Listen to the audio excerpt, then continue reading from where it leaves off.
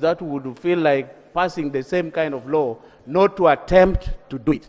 And this is why all these pressures are being done. But it's very unfortunate, Right Honorable Speaker, that we have one of our own at a very high level of leadership, a president of a political party in the country and the head of a party in opposition in this parliament, that still moves an extra mile to provoke these homosexuals against Uganda to create more of these pressures. That's why you are looking at these sanctions. Right, Honorable Speaker, I think we condemn this to the strongest term.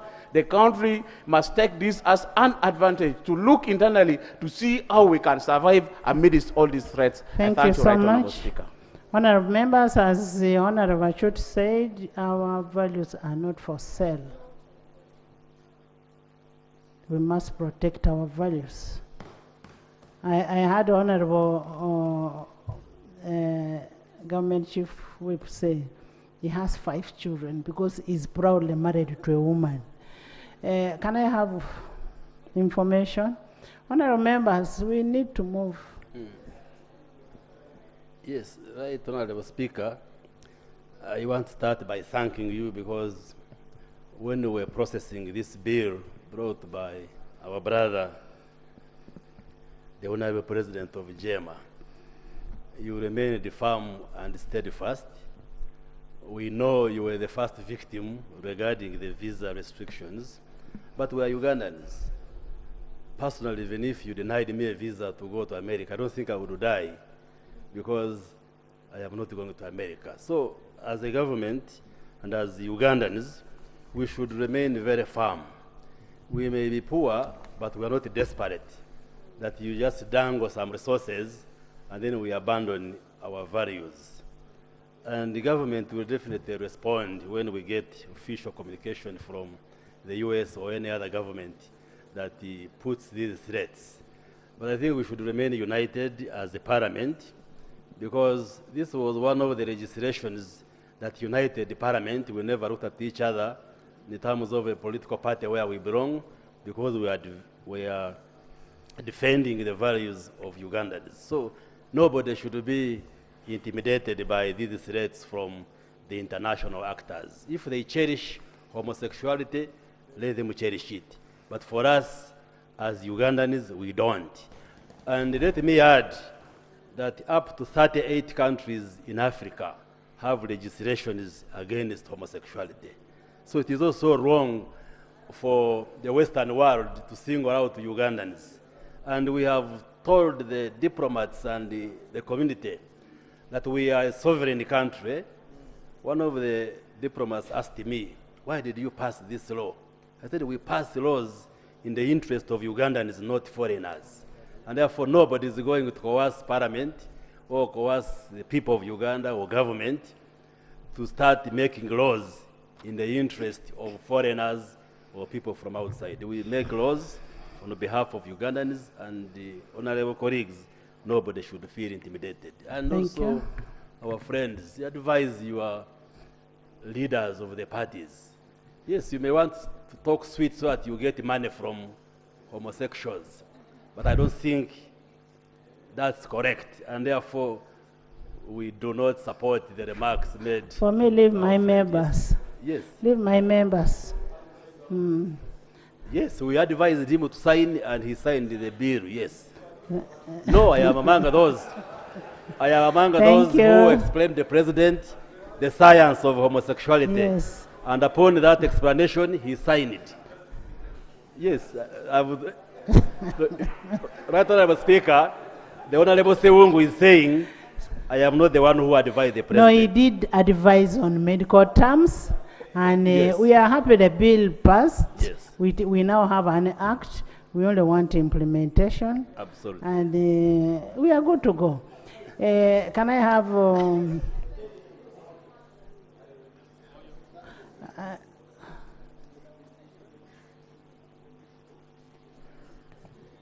Right Honorable Speaker, each and every time the President of JEMA, who is a member of this House, speaks on the bill, which is now an act, you can see how passionate he is. I just wanted, because by virtue of my appointment, I lead a section of a political party in Parliament under the constitution of my party. I wanted to salute the Secretary General of JEMA, who wrote to the President of the National Unity Platform in regard to the statement that he made about the bill that was passed by this Parliament, which is now an act. This must go on record, that JEMA, as an opposition political party, has written to the president of another political party in the opposition. But also, too, it is befitting in African culture, and we have seen this happen, that in the likely event that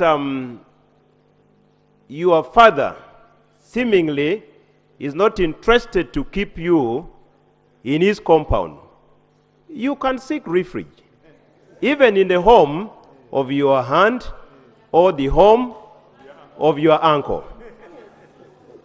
The door of the political party called NRM remains open to you, members of the National Unity Platform, in the likely event that your leader does not need you because of the statements he is making. You are most welcome to the National Resistance Movement. Thank you. Honorable members in the public gallery, honorable members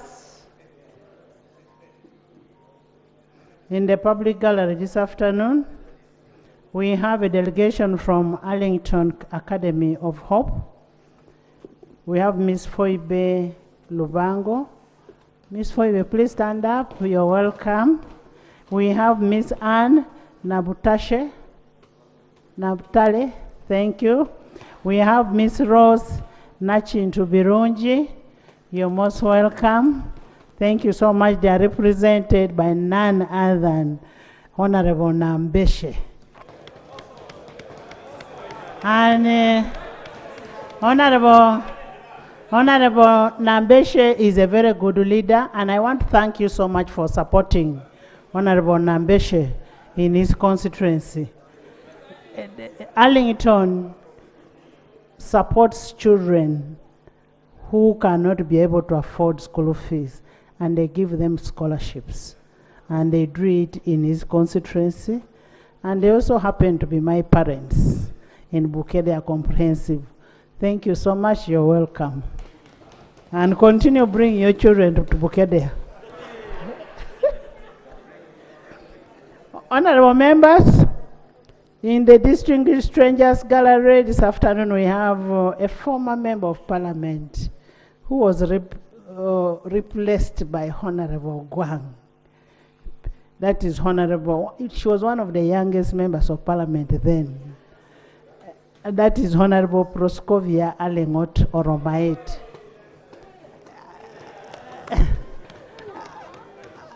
Honorable Proscovia, you're welcome. And thank you for coming. She's here to witness the proceedings.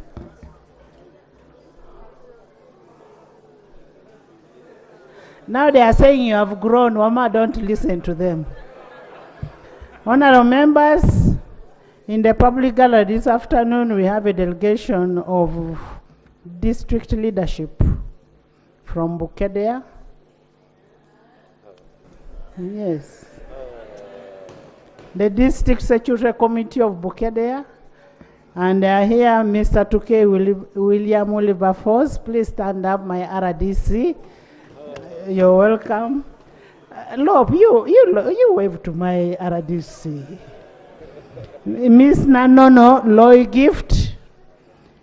Mr. Simwe Richard, welcome. Mr. Raleigh Jude. And Mr. Mugenyi Charles, you're most welcome. You see how we are United Nations. Welcome. Thank you so much for coming. They are here to witness the proceedings. Yes, Honorable. Right, Honorable Abe. Speaker. Having introduced the team from, allow me also take this opportunity to tell them that they must bring you back unopposed. Thank you so much. Thank you. Next item.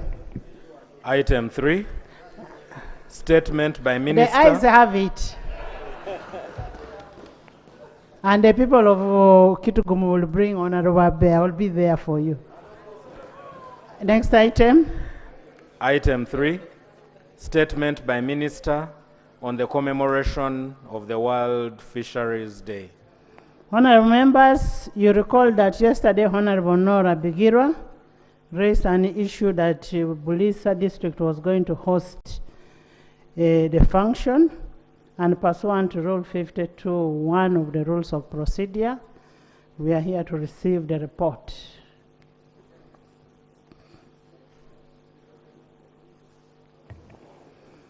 Right Honorable Speaker, the commemoration of the World Fisheries Day is being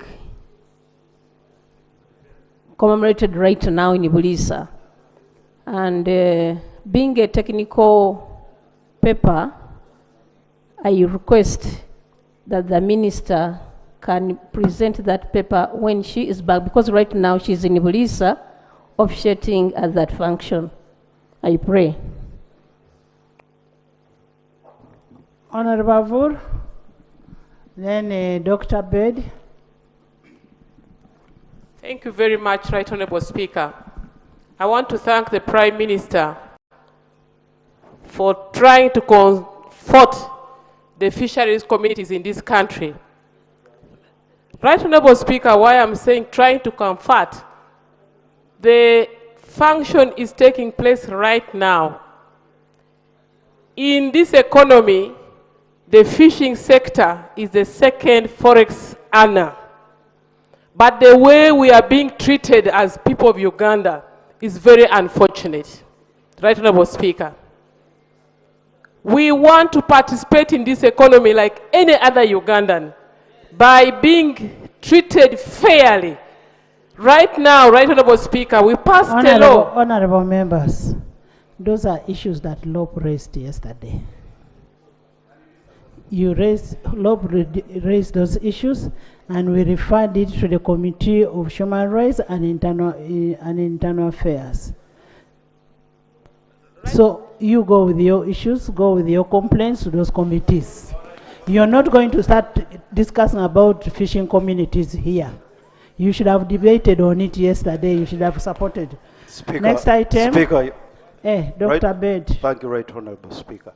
Right Honorable Speaker, I want to pray that when the minister is bringing on the floor of Parliament the issues of the fisheries sector, companies are closing, fisheries companies are closing on Lake Victoria because of our policies. They are relocating to Tanzania, to Kenya. We want to hear from the minister of the sector what they are doing to make sure that we don't lose these very, very important companies that are providing jobs and are earning Uganda forex to this country. Thank you. Honorable Minister, Prime Minister, it is also a good culture next time that we have the report before the celebration of the date. Now, it is out of the debate in the House that the minister would get to understand, to feel what the sector is. We will not discuss that report after the celebration. Now, you want us to legislate retrospectively. Right, Honorable Speaker. Yesterday, like I requested here that I'm going to communicate, the minister was here immediately after communicating to her. She had just been delayed. So by the time she came in, we had already started on the debate for... You're on order. And I am allowing the order for one reason. When you have a report, the report must go to the clerk's office first. It must be put on the order paper. You do not smuggle documents on the floor. Madam Speaker. It was Goretti, not you. Madam Speaker. No, the order was from Goretti. Right Honorable Speaker, I want to thank you for this opportunity and thank the Right Honorable Prime Minister for having the courtesy and the guts to stand in front of the colleagues, members of Parliament, to tell this House that a minister cannot be able to present a statement today. Right Honorable Speaker, this is a day that is known on the calendar. You imagine you being forced to bring a statement. We have 82 ministers. Right Honorable Speaker, can the Prime Minister be given permission to move out and come with a statement? Honorable members,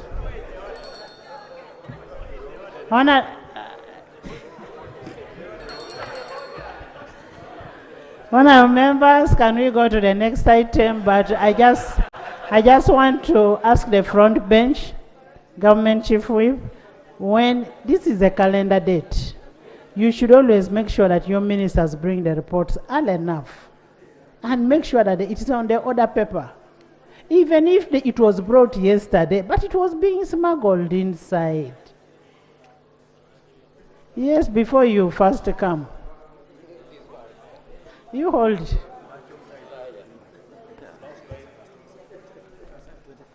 Right Honourable Speaker, the Prime Minister standing is a very good lady. And I hold her in very high esteem and regard. But as a way of helping the Prime Minister and how governments Honorable members, first of all, I want to welcome one person who has come here. Honorable Matia, you're most welcome. Because there are decisions we are going to take when he's here today. Honorable, we are happy you're here. Right Honourable Speaker, with your indulgence, allow me to assist my sister in helping her to advise on how governments are run, so that in the future we don't have these impediments. Last time, we reminded her of the Elders' Day. There was no statement. We reminded her on the Youth Day. There was no statement. Governments are run by keeping dashboards of local and international days. So the next time you have a problem, we can assist my department to give you a dashboard of these activities so that you can guide your ministers and give Parliament time to do work properly. So please keep a dashboard of local and international days so that we are not reminded here on the floor to go and produce statements. You make us look shabby as Parliament. And we have now wasted time discussing the absence of a statement in the face of a clear international framework of a calendar of days. Please keep a dashboard. I'm advising you as a brother in good faith. But we can also assist to provide a dashboard for you to follow, so that we do not have these problems again. Thank you, thank you. Honourable members, this date was supposed to be celebrated on 21st November.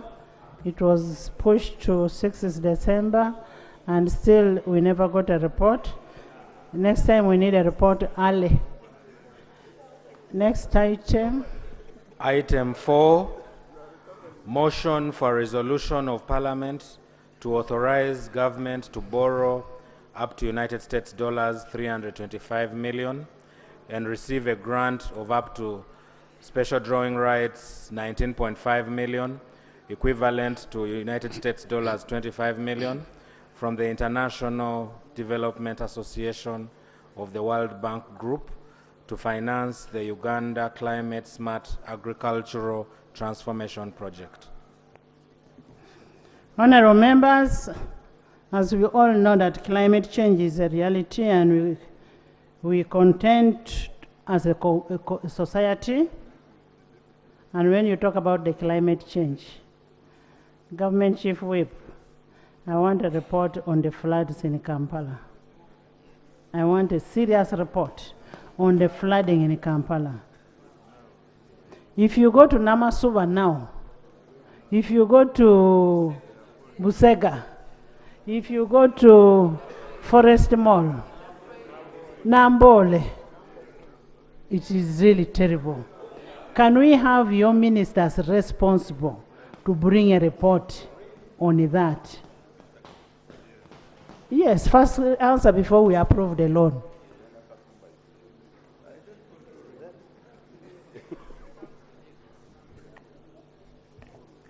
Right Honourable Speaker, the minister in charge of Kampala is the Minister for Kampala, Capital City and Metropolitan Affairs. And as directed by your chair, I undertake to execute my humble duty of notifying the Minister for Kampala Capital City Authority to bring a statement on floods in Kampala. I beg to submit.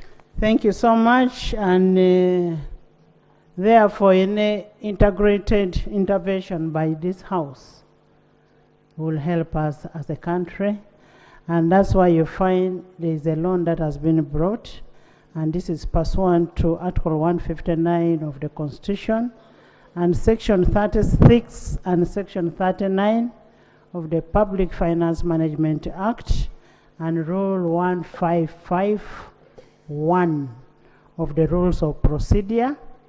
I will now invite the Minister of Finance, Planning and Economic Development to move a motion for a resolution of this House to authorize government to borrow for this purpose. Honorable Minister of Finance. Thank you, Right Honorable Speaker. Right Honorable Speaker, I beg to move a motion to authorize government to borrow up to US $335 million and receive a grant of up to special drawing rights, 19.5 million, an equivalent of $25 million from the International Development Association of the World Bank Group to finance the Uganda Climate Smart Agricultural Transformation Project. I beg to move, Right Honorable Speaker. Thank you. Is the motion seconded? Seconded by the Prime Minister, Government Chief Whip, Minister of Trade, ICT, Roads. No, General Katumba is.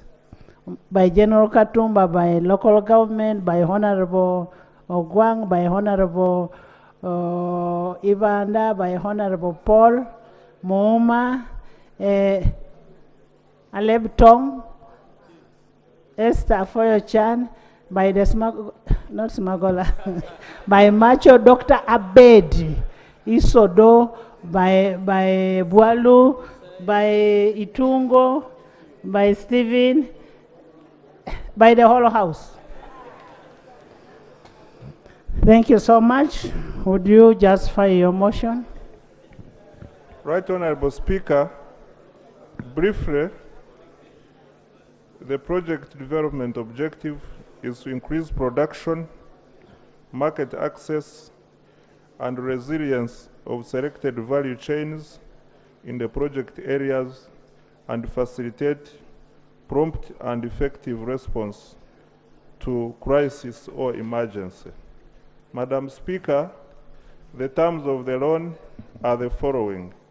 Loan amount US $325 million.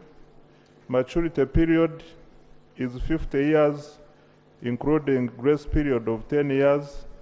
The commitment fee is 0.5% per annum on unwithdrawn financing balance. However, it is currently at 0, and the service fee is 0. The conditions of effectiveness is that the IDA is satisfied that the recipient has adequate refugee protection framework. The project implementation manual has been prepared and adopted by government, and a project coordination unit has been established. Madam Speaker, I beg to submit. Thank you so much, honorable members. In order to form the debate of this motion, I want to invite the chairperson of National Economy to present his report, and then we look at what we are giving money for. Thank you, Right Honorable Speaker, and for the record, I'm the Deputy Chairperson, the Committee on National Economy. but we shared responsibilities with my chair. So, but he's around, Honorable Ikojo. Right Honorable Speaker and colleagues, I'm here to present a report with the Committee on National Economy on the proposal by government to borrow up to USD 325 million and receive a grant of up to SDR 19.5 million, equivalent to 25 million US dollars from the International Development Association, IDA of the World Bank Group, to finance the Uganda Climate Smart Agricultural Transformation Project.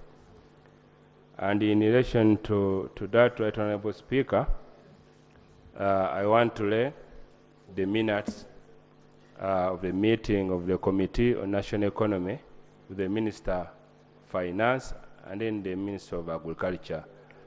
I beg to lay. Please lay. Right Honorable Speaker, I know this report is or must be already uploaded, but for purposes of procedure, allow me a report of the committee on the same. Thank you. Please lay. Honorable Speaker, the Minister of Finance highlighted some key issues of this request, and I will guide members to specific pages of interest or of more interest. I'll guide you to page 5, where we have, Honorable Speaker, I hope the report is uploaded.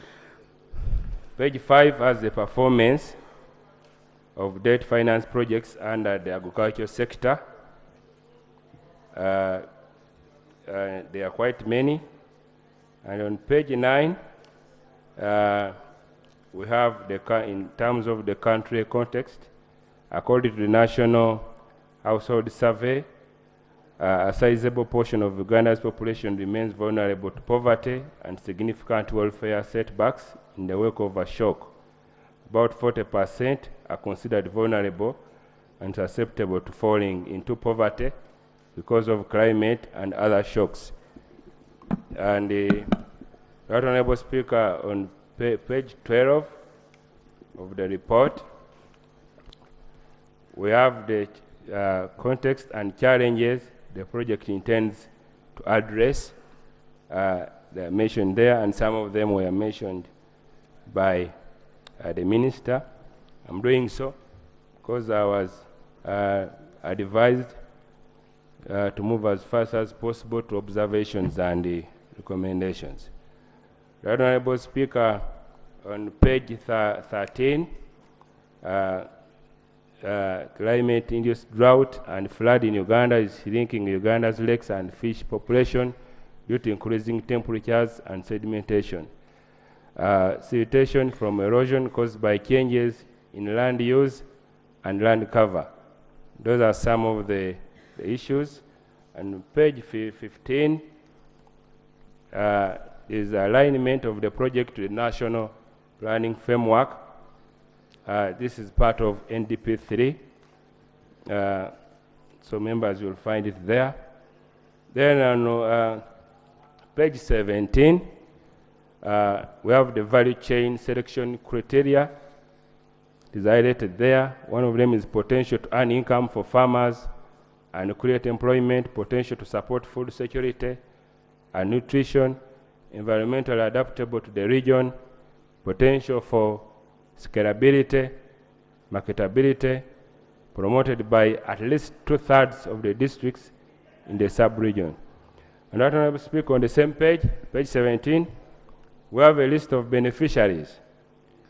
We have right from number 1, Busoga, Bukedi, Elgon, Teso, Karamoja, Lango, Acholi, West Nile, Ankole, Kigezi, Renzori, Bunyolo, then lastly Buganda.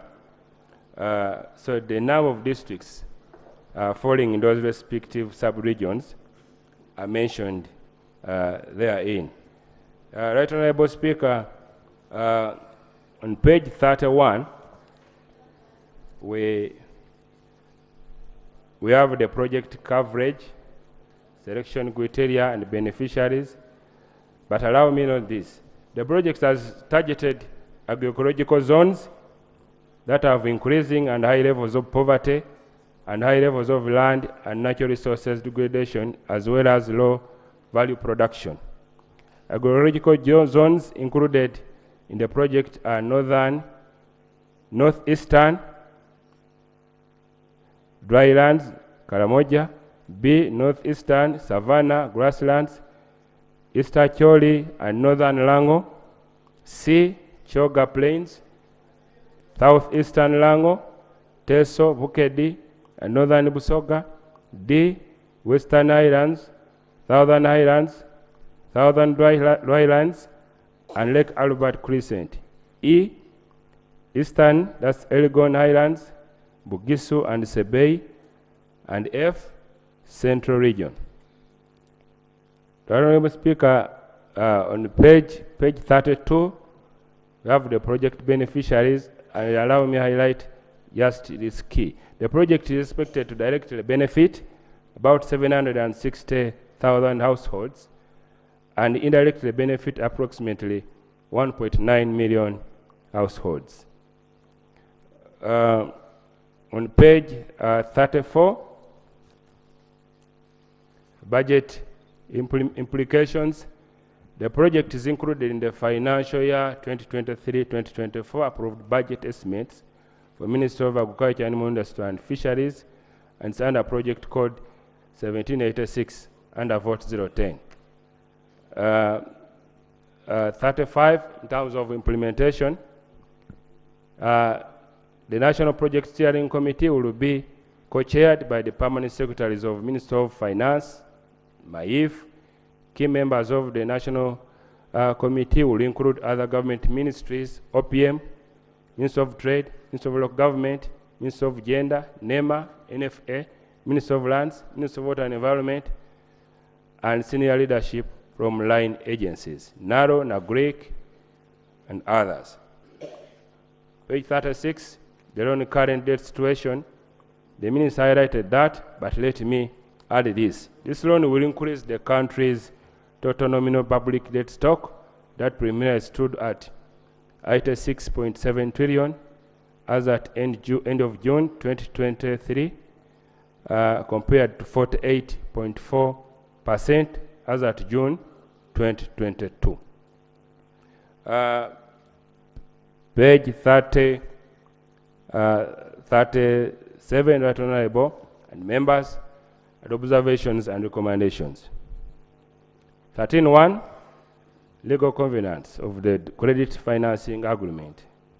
The committee observed that the draft loan financing agreement highlights the following conditions. In order for the loan disbursements under the project component of promoting adoption of climate-smart agriculture technologies and practices to be triggered upon approval by Parliament, no withdrawal shall be made for competitive research, grants for community-level investments, to finance micro-projects and district-level investments, to finance strategic larger sub-projects that benefit several sub-counties and communities, unless and until the government has prepared and adopted the grants manual in form and substance acceptable to the World Bank. 2, no withdrawal shall be made for matching grants for clean energy equipment, machinery, and infrastructure for harvesting, post-harvest management, and value addition, improvement of quality and shelf life of produce, and reduction of the overall contribution of agro-value chains to sectoral greenhouse gas emissions. Production input grants, nutrition grants under the project component of market development and linkages for selected value chains, unless and until the government has prepared and adopted the grants manual in form and substance acceptable to the World Bank. In relation to that, Honorable Speaker, the committee recommends the following. The committee recommends that the Ministry of Agriculture, Animal Industry and Fisheries should ensure that the above loan disbursement conditions are timely fulfilled in order to trigger the timely disbursement of the loan credit for the project objectives to be met as planned. 13.2, need to enhance project coordination mechanism.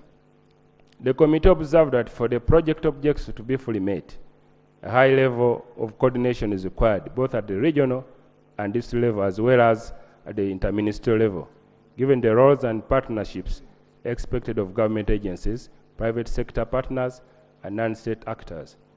The project appraisal documents highlights institutional structure roles and responsibilities of different agencies. The National Project Steering Committee, the National Project Coordination Committee, NARO, NAGRIC, the Ugandan Meteorological Authority, NARO, NADS, District Project Implementation Committee, Sub-County Technical Planning Committee, and farm organizations. Therefore, the risk of inadequate vertical integration and strong coordination cannot be overstated. The committee recommends that the Ministry of Agriculture, Animal Industry and Fisheries Project Coordination Unit should ensure proper coordination of the project. Accountability procedures that will be issued by the Ministry of Agriculture, Animal Industry and Fisheries to participating agencies and districts, spelling out duties and responsibilities together with staff specifically assigned to the project, should be efficient and effective. 13.3, roles of local governments during project implementation. The committee observed that a well-resourced and capacitated local governments are critical to mainstreaming of sustainable land management interventions, as they facilitate rapid scale-up through mobilization of local leadership, identification of local trainers, and provision of extension support, as well as implementation supervision. Through subnational governments, capacity for sustainable land management planning, expansion, and maintenance can be promoted and sustained at the lowest levels. The committee recommends that the Ministry of Agriculture, Animal Industry and Fisheries should ensure that all beneficiary local governments are adequately well-resourced and capacitated to enable them promote economies of scale and mindset change among communities regarding the benefits of promoting climate-smart technologies, innovations, and management practices, and to enhance community resilience to climate shocks. 13.4, low adoption of climate-smart technologies. The committee observed that the agricultural household inability to anticipate or recover from shocks that affect agriculture and food security on time underscores their high vulnerability to potentially longer-lasting impacts on the economy.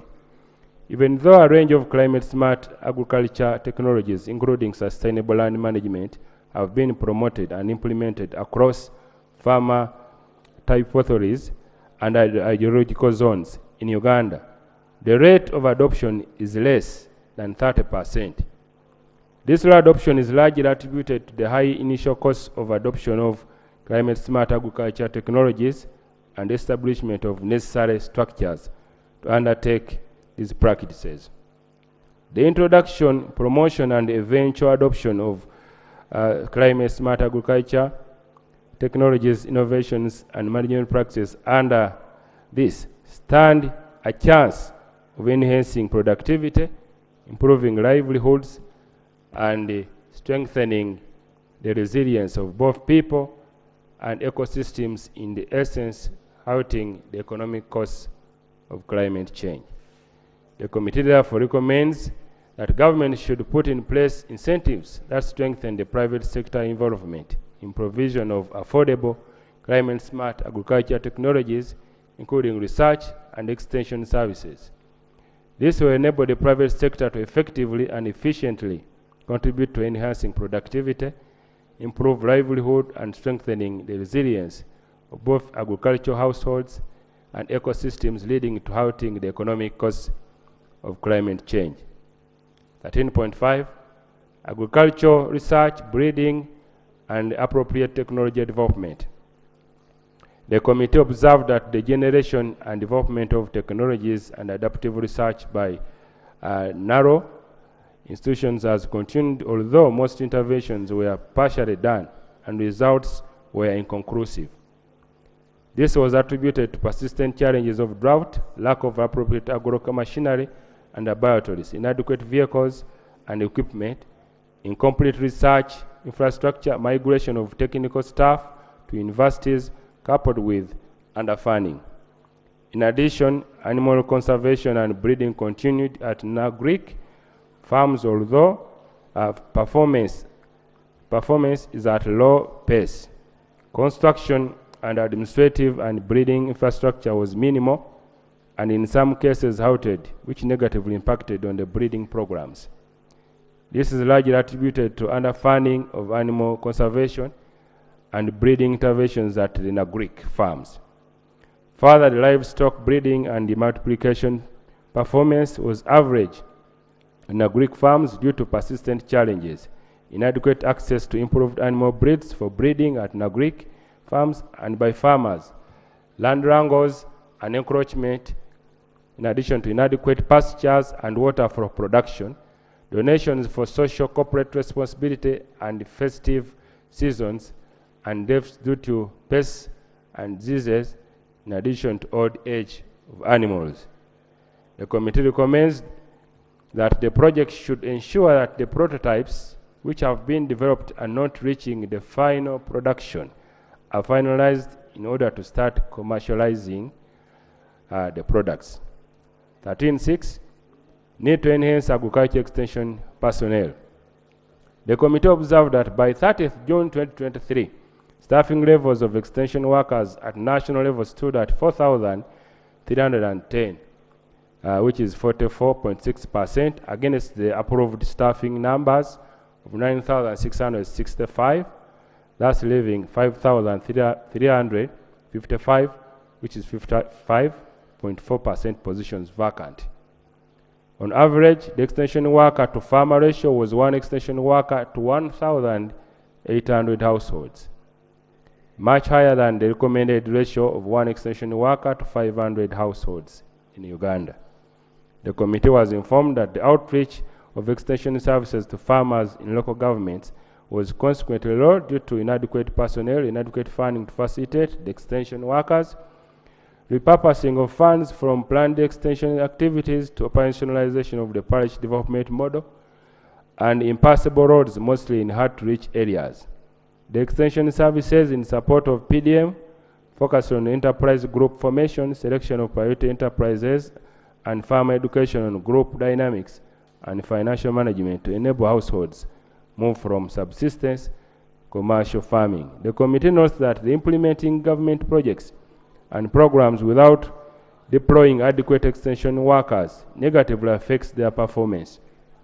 The committee therefore recommends that government and MAIF should prioritize recruitment and equipping extension workers to oversee the implementation of agriculture smart, and PDM special attention should be given to newly created administrative units. Honorable Speaker, Honorable Member, 13.7, storage and agro-processing and value addition.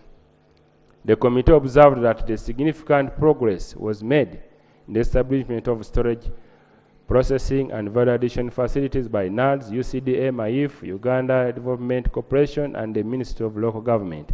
However, the functionality of the established facilities has not been realized fully due to key constraints, including lack of power, connectivity, inadequate raw materials, cooperative managers, and beneficiaries who lack technical expertise of how to operate the machines, poor planning for operationalization of the facilities, and missing parts in some of the machines. The delays in completion of the facilities were attributed to weak contract management and low contractor capacity to undertake multiple contracts. For example, a total of 358 value addition and storage facilities, 68 storage and 290 both storage and value addition were planned to be completed by 2022-2023 financial under the World Bank funded agriculture cluster project through matching grants. However, out of the planned 290 value addition and solid facilities. Only 139, which represents 48%, were completed and operational. 75 of them, which is 26%, were completed but not operational due to lack of power, connectivity, and 76%, which is 26%, sorry, 76 of them, which is 26%, were under construction.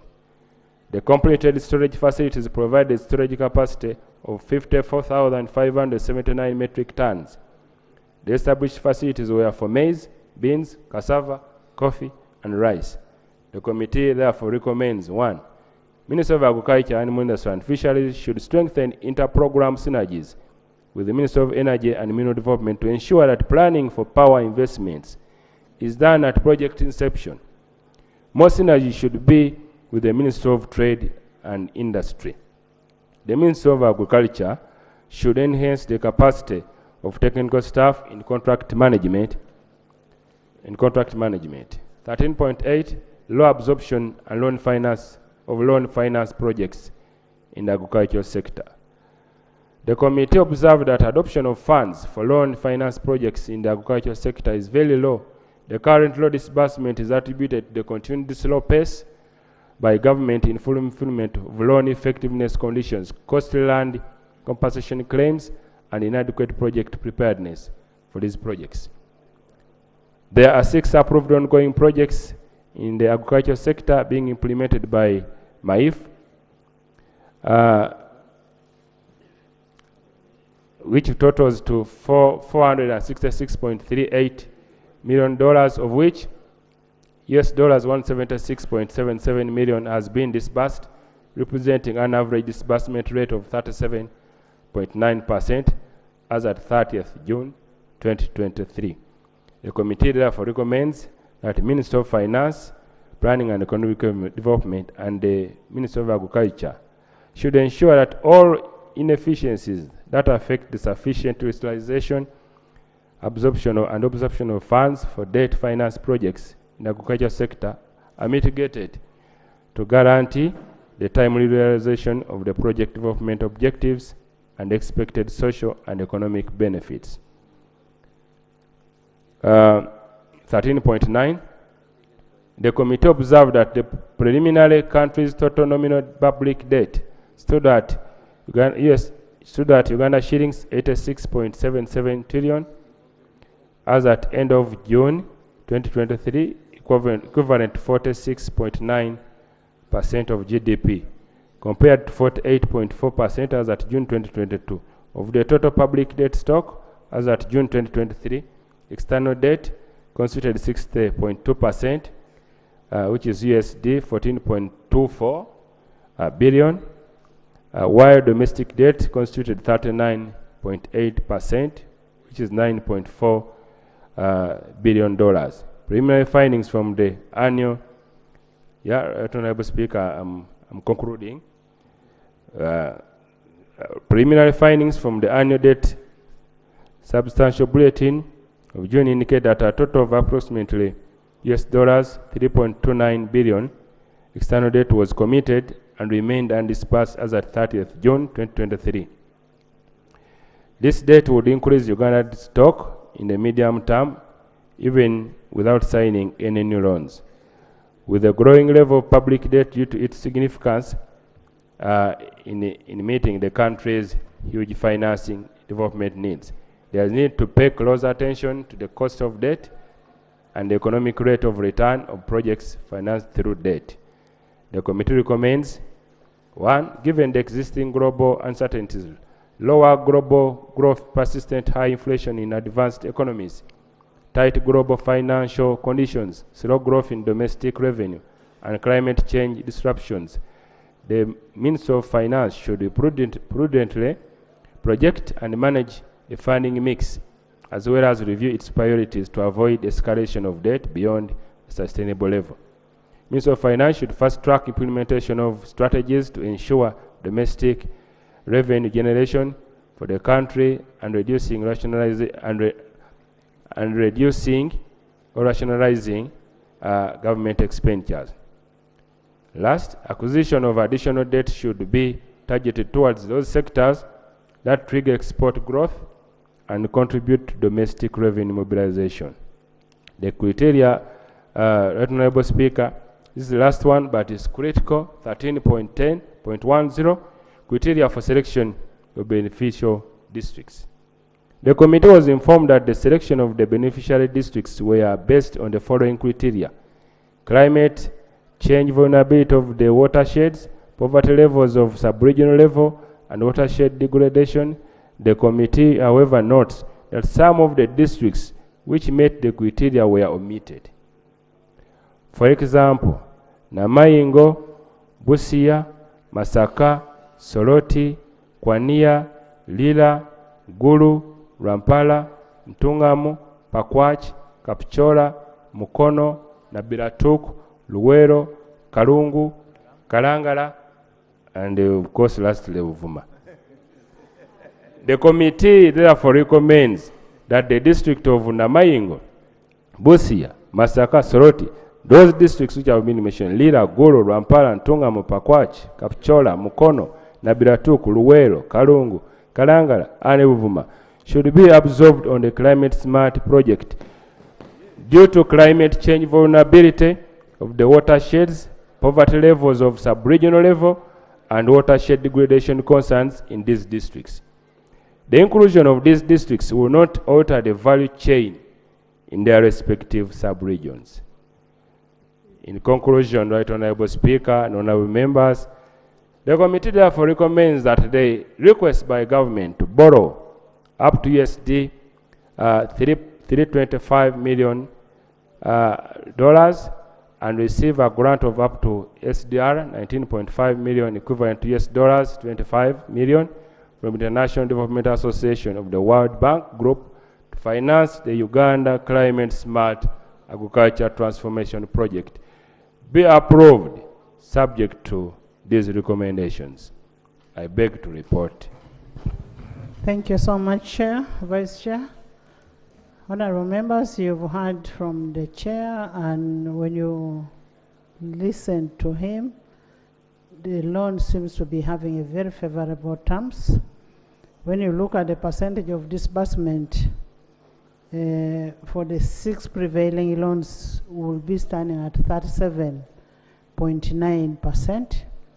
And then when you look at the districts that are going to benefit regions, there are 13 regions out of the 18 regions in the country. So the coverage is good enough. I'm going to give a limited debate. Honorable Moma.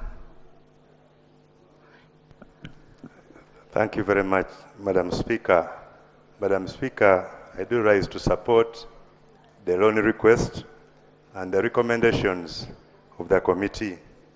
Specifically, Madam Speaker, I wanted to emphasize the issue of having inadequate extension workers in the local governments. We're having so many programs being implemented, but the technical people who are supposed to advise and guide the beneficiaries are very thin on the ground. In that respect, I do support and encourage government to address this, that whereas recruitment at some point was banned, we need to lift the ban and ensure that we have the necessary extension workers on ground. Madam Speaker, the issue of having synergies between government ministries needs to be addressed.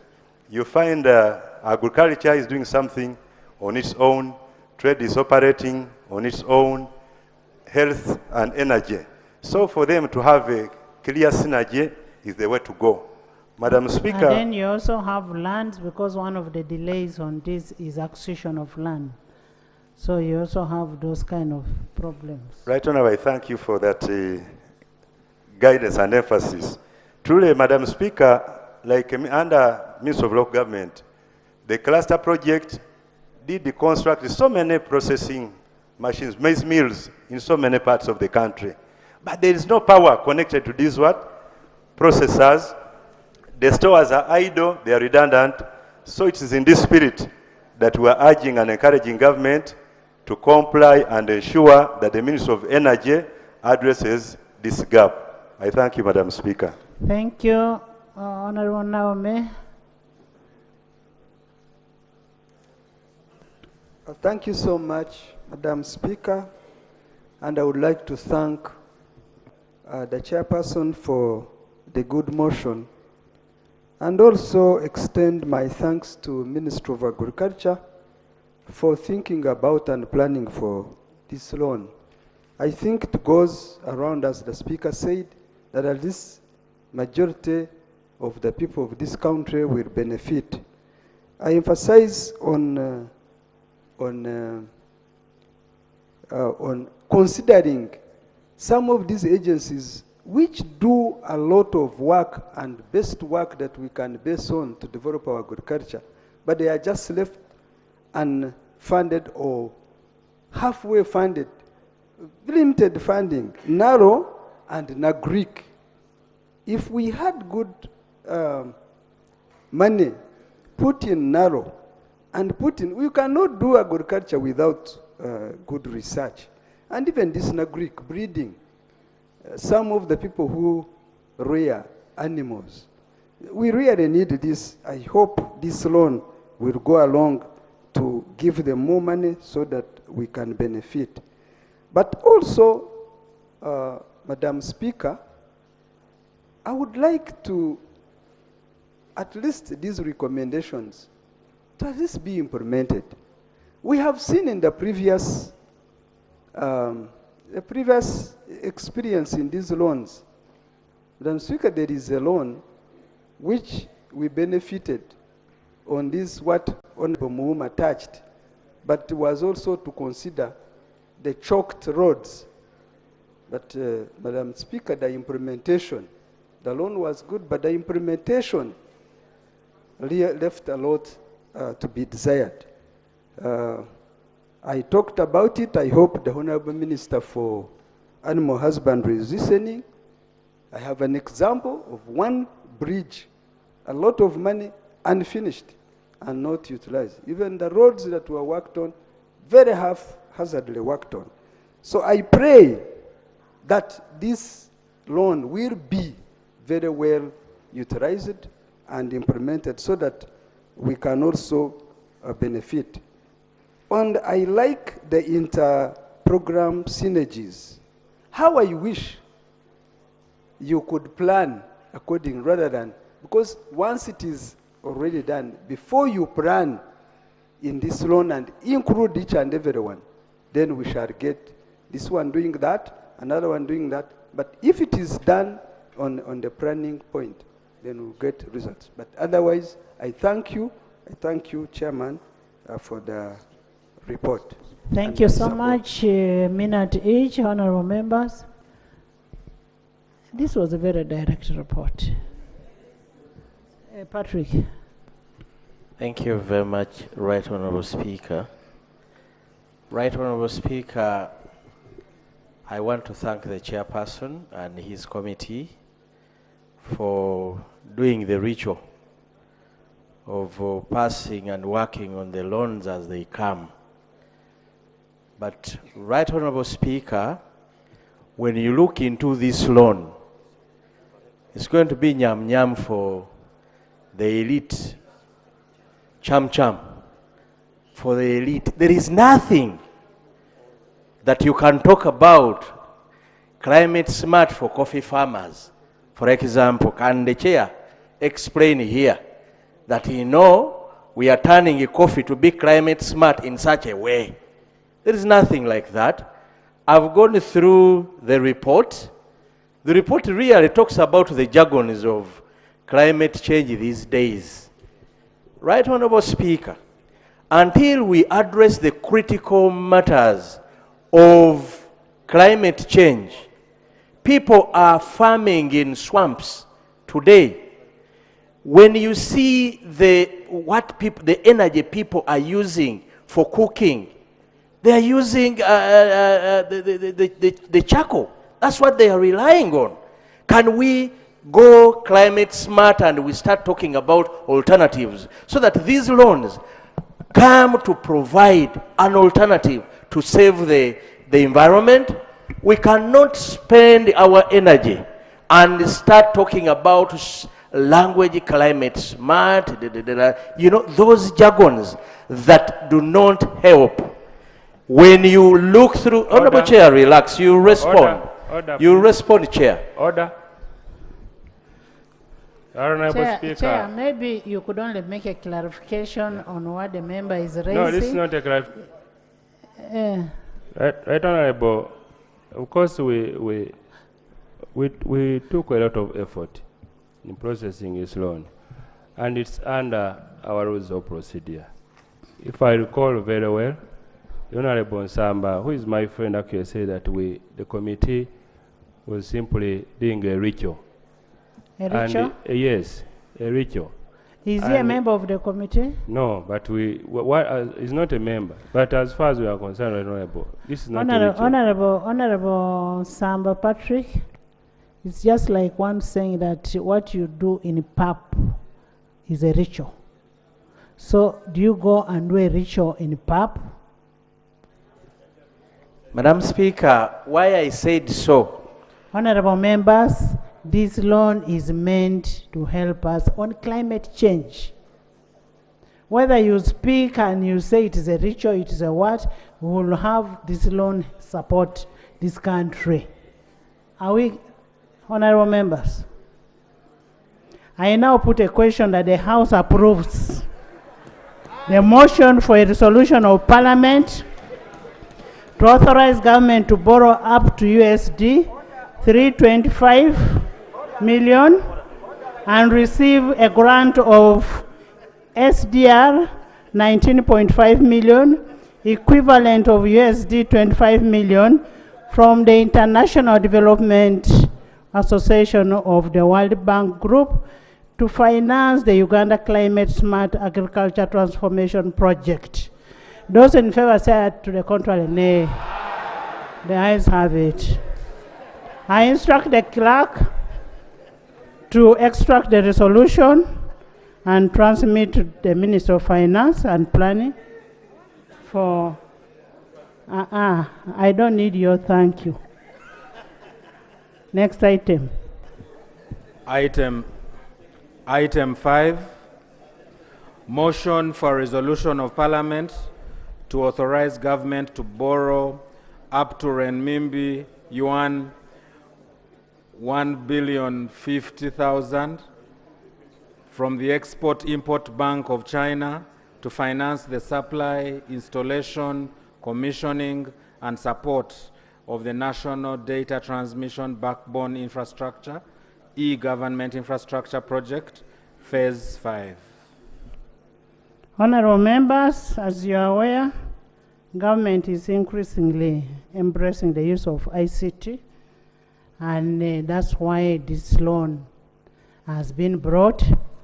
And because of that, we require efficient and effective interconnection between and among government entities, ministries, and departments, and pursuant to Article 159 of the Constitution and Section 36 and Section 39 of the Public Finance Management Act 2015 and Rule 1551 of the Rules of Procedure. I invite the Minister of Finance. I invite the Minister to move a motion to authorize government to borrow for the purpose.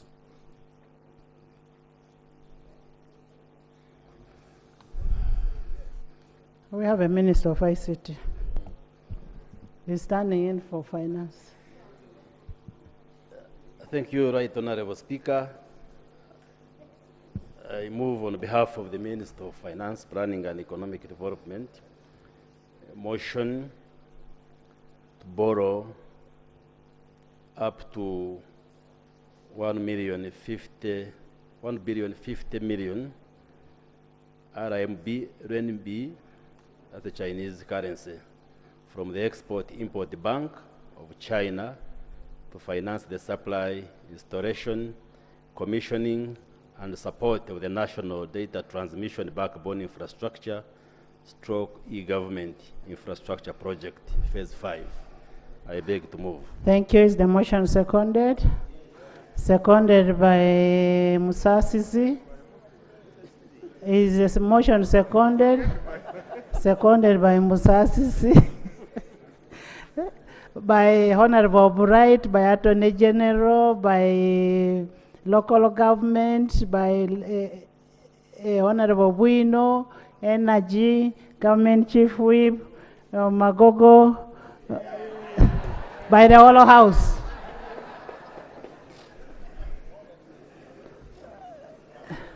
By Honorable Magogo Salongo. Can you speak to your motion? Thank you very much, Right Honorable Speaker and Honorable colleagues. This loan is to secure resources to extend the national backbone infrastructure or the internet fiber, if I can just use the layman's language. Government has been laying the fiber for us to access connectivity and internet, and we have so far covered about 50% of the country, and this loan is to enable us extend this backbone infrastructure to the rest of the country, the remaining districts. All the districts which are not covered will now be extended to in terms of this infrastructure. And in addition, will also be used to do what we call last mile connections, where all district headquarters, health centers, schools, and other forms of government infrastructure will now be linked to the national backbone. The benefit of this is that we are trying to ensure that the country is connected from corner to corner in order to ensure that all of us have access to internet. In addition, through this project, we shall be building data center in order for government to store the data. These days in the area of ICT, we generate a lot of data, so we have to build a government cloud where all this information and data that is generated is stored in order for us to function much better. The previous project which this parliament supported to automate government transactions, because we are committed as a government to ensure that there is a digital transformation, and therefore I beg that the honorable members support this loan so that Uganda can be part of the digital revolution, where the future now is digital, and all the activities that we do in different ministries and disciplines must have ICT as an integral part of what we do in order for us to be much more effective and efficient. So this loan is extremely important in terms of bringing to speed Uganda being part of the digital revolution. I thank you, Right Honorable Speaker. Thank you so much, Honorable Minister. And, Madam Speaker, there is something important we normally put on record. yes. Which the minister left out. But I want to thank him for standing in for me while I was managing other operations, as you know. Madam Speaker, this loan has the following terms. Number one, the loan amount is $150 million, an equivalent of RMB 1,050 million. The loan period is 20 years, including 5 years of grace period, and the annual interest is 2% and has a commitment fee of 0.25% per annum of the undisbursed loan amount. I submit. Thank you. Honorable members, you've heard it's about interconnectivity of the whole country, and since we've gone digital, we are no longer on analog like those days of Professor Mushomesa. So now we've gone digital, and I now invite Professor Honorable Gwal Noah. Thank you, Right Honorable Speaker. It is true in my early days of education, we are still in analog, but I'm happy to inform this House that I'm a professor who is ICT compliant. I want to support this motion because of the significance. But she invited me. Honorable members, the chair is not presented. Sorry. Can you summarize your report? It's because those people summarized your report. Summarize your report and we put it to debate. Thank you very much, Right Honorable Speaker. Colleagues, honorable members of Parliament, I beg to lay the report of the Committee on National Economy on the proposal by government to borrow up to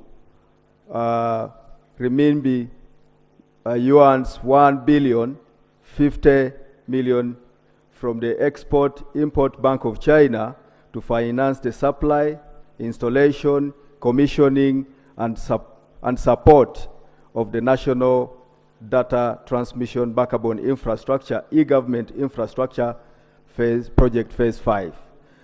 I also beg to lay the minutes of the committee while the committee was interacting with the Minister of ICT and Minister of Finance while we were scrutinizing the loan. Right Honorable Speaker, the Minister of ICT and the Minister of Finance, Planning and Economic Development has actually summarized that this country needs to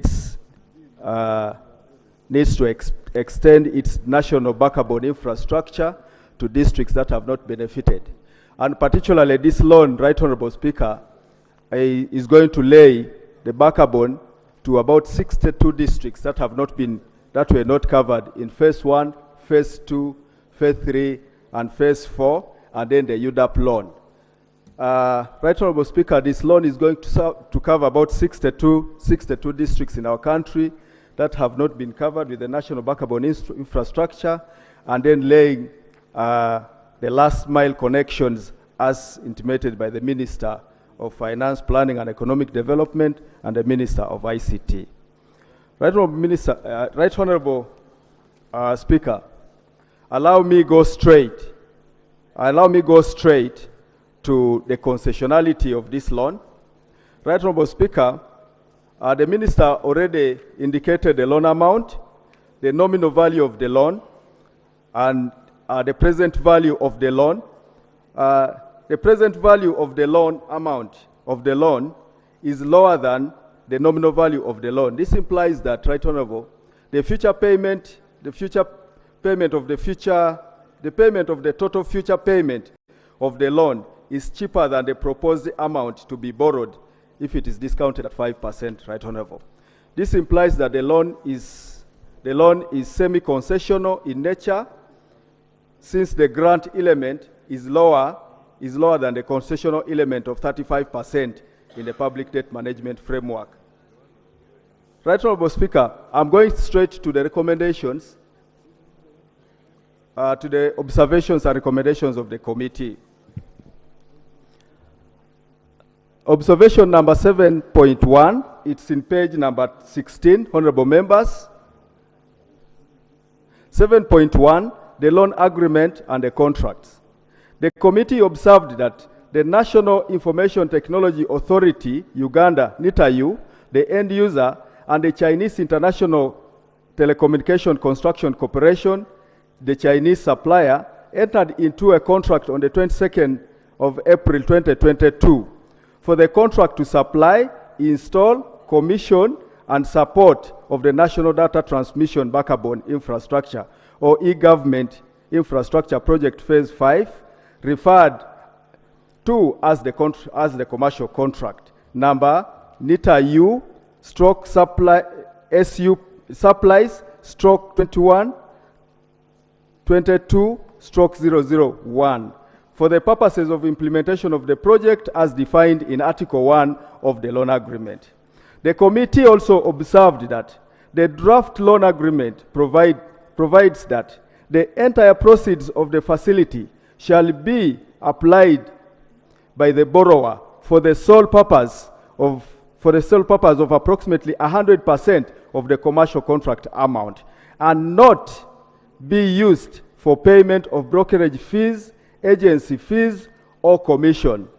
The committee observed that the draft loan agreement does not provide for payment of the brokerage fee, agency fees, or commissions. The committee observed that true copies of the main subcontract of construction, design, and procurement, which have been duly signed by the Chinese supplier and are acceptable to the lender, are also obligatory before the first disbursement. The committee recommends that government should not only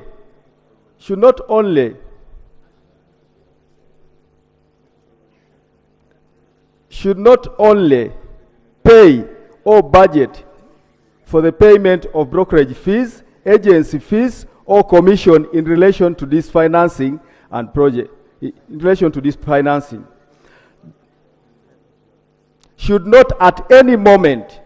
government should not at any moment pay or budget for the payment of brokerage fees, agency fees, or commissions in relation to this financing. The main subcontracts of construction, design, and procurement should be subject to competitive bidding, and the Attorney General reviews and approves the commercial contracts, resettlement mechanism agreement, the main subcontract of construction, design, and the procurement prior to their finalization and enforcement. Right Honorable, this is in line with the financing agreement. In the financing agreement, it did not cater for the brokerage fees, the agency fees, and the commissions. So therefore, the committee recommends that government should not make at any moment, should not budget or pay any of those. 7.2, the project goods, technologies, and services. The committee observed that the goods, technologies, and services purchased by using the proceeds of the facility should be purchased from China preferentially. The committee noted that the loan agreement does not provide for observance of the quality standards. There is need to provide for the specifications of the goods, services, and technologies that shall be used in the project execution. The committee recommends that prior to the supply of the project goods, technologies, and services, specifications and clearance should be thought from NITA U as the end user. 7.3, commitment fees. The committee observed that the commitment fees worth 0.2% per annum on the undisbursed loan balance. The commitment fees shall accrue from and including the date falling 30 days after the date on which the loan agreement becomes effective. In addition, the commitment fees shall accrue on a daily basis and be paid in arrears to an account designated in Article 4.4 of the draft loan agreement.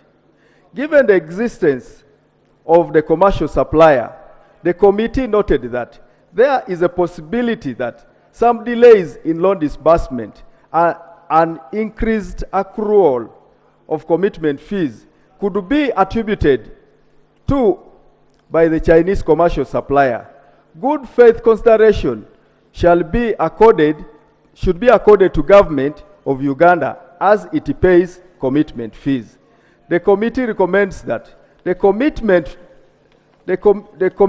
rate and provisions in the draft loan be renegotiated to provide for the potential delays occasioned by the Chinese commercial supplier.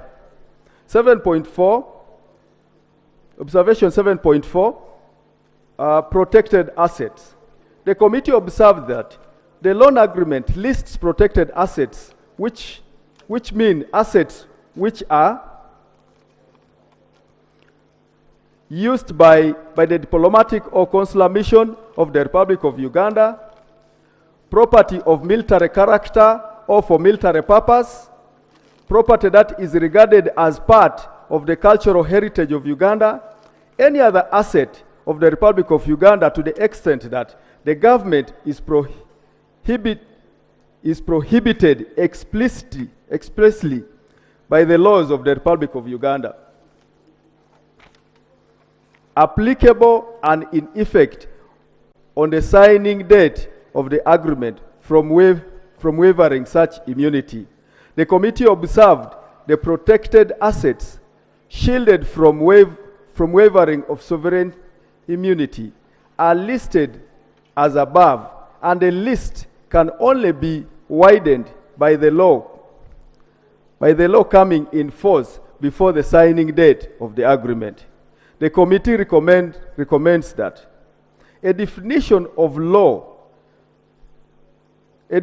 for laws of Uganda be provided for the loan agreement to mean the laws of Uganda and all orders, rules, regulations, and decrees thereunder, judgments and notifications made pursuant thereto, as such laws, orders, rules, regulations, decrees, judgments, and notifications may be modified,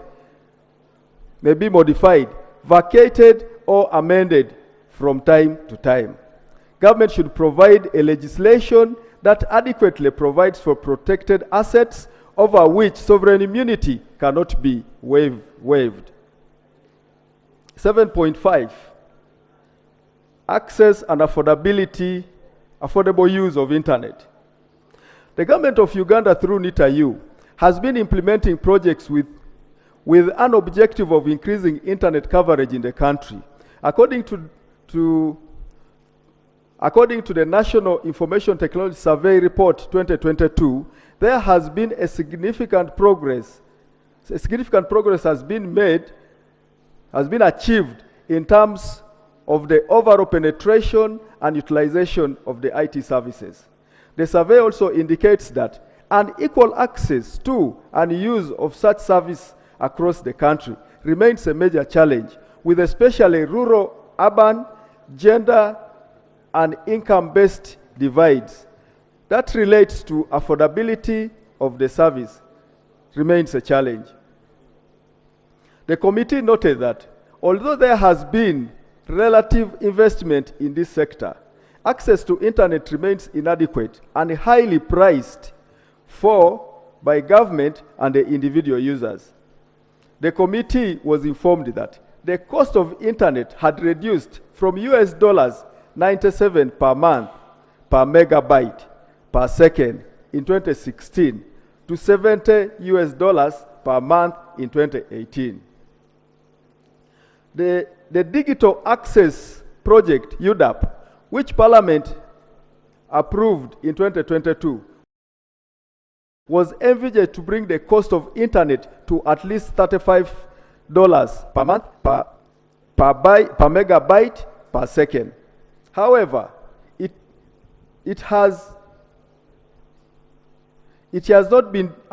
loan has not been disbursed and is currently under the procurement stage. The committee further noted that the utilization of the national backbone infrastructure remains at less than 30% of its full capacity, and this is attributed to the high cost and that limits the number of users. In addition, the committee noted that government introduced ICT as a subject in all educational learning institutes, and accordingly the schools have since been supplied with the computers to aid the learners get practical lessons. However, some schools have failed to effectively utilize computers due to inadequate internet connectivity. Further,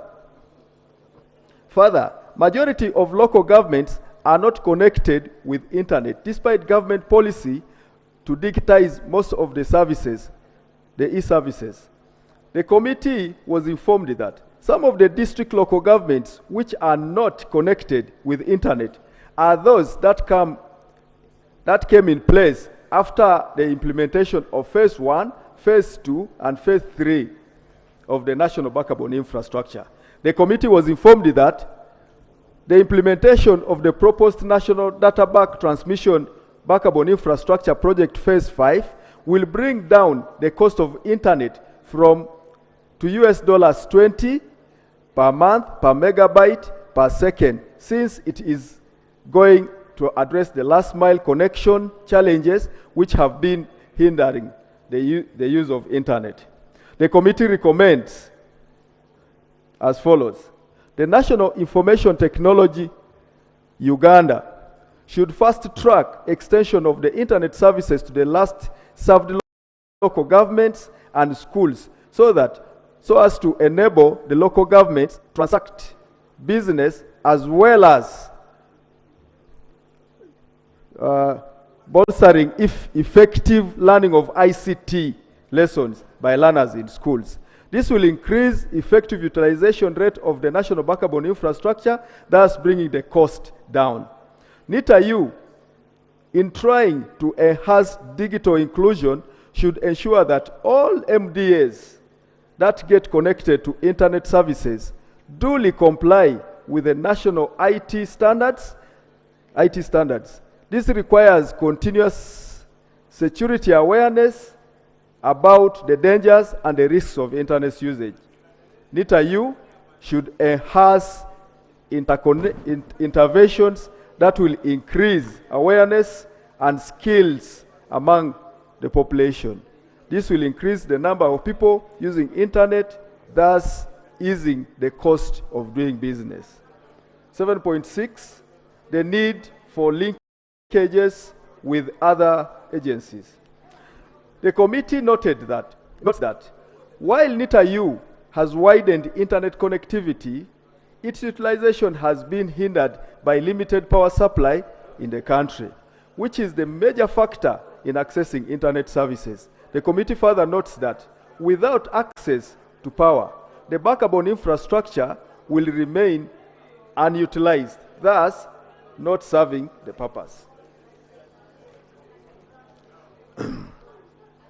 The committee recommends that the Ministry of Energy and Mineral Resources, the Ministry of Energy and Mineral Development should scale up extension of power across the country in order to enhance utilization of internet in Uganda.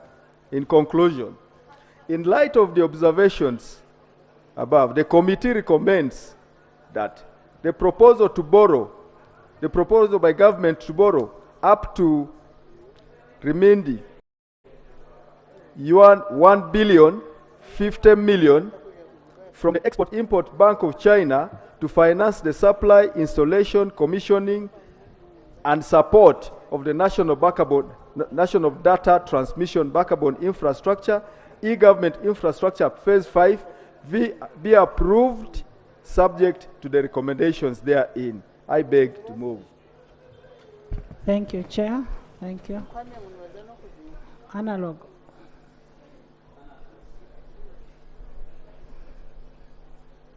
Thank you, Right Honourable Speaker. The speed I have to debate this motion and report can be explained by the significance of ICT in our development process. Madam Speaker, but I have other two major reasons why I support the motion and the report of the committee.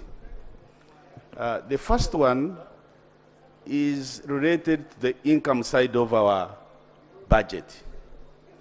We all know the income side many times is very problematic. So when there is an opportunity to increase the income side or realize our projection, I should be counted. And therefore I very strongly support to have this loan because it will help us to boost our income side of the budget and realize our proposals in service delivery. Thank you. The second reason is related to education. The chairperson mentioned about teaching ICT in schools, but I dare say ICT has not received the necessary the necessary attention it deserves. I would like to see ICT as a subject in primary schools, or ICT as a course in higher education as a foundation course, which is cross-cutting, and that will compel us even to increase more infrastructure, because wherever you are, ICT is very critical. And with those two reasons, I support the report and the motion to borrow this money. Thank you, Right Honourable Speaker. Honourable Court. Thank you very much, Right Honourable Speaker.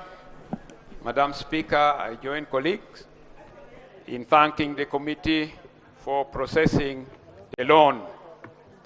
Madam Speaker, I used to sit on the Committee of Local Government and Public Service.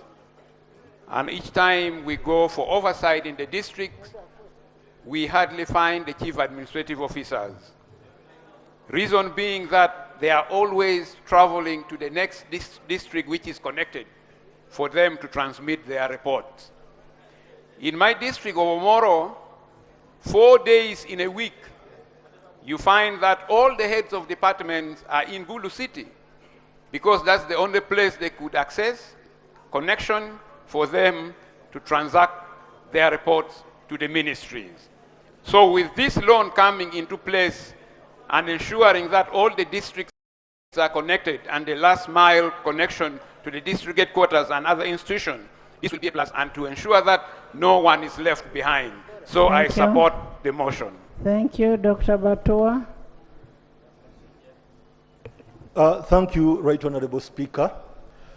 When I heard of us borrowing money to improve ICT distribution in this country, and relating to the statement you earlier made of human resource. There is a procedural matter. Thank you very much, Right Honourable Speaker.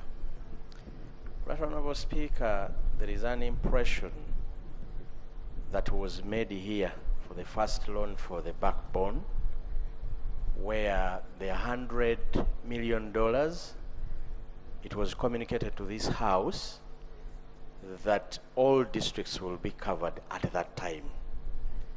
Right Honourable Speaker, there is a continuous loans for the backbone. An impression has been given to this House that we are covering the last district.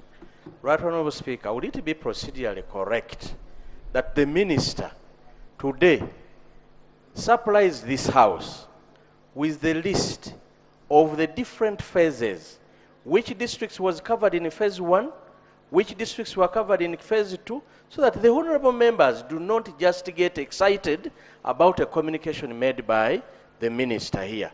Then we process a loan knowing that, you know, Kasanda is part of the district that will be covered, and every member goes back knowing that my district was... There is information.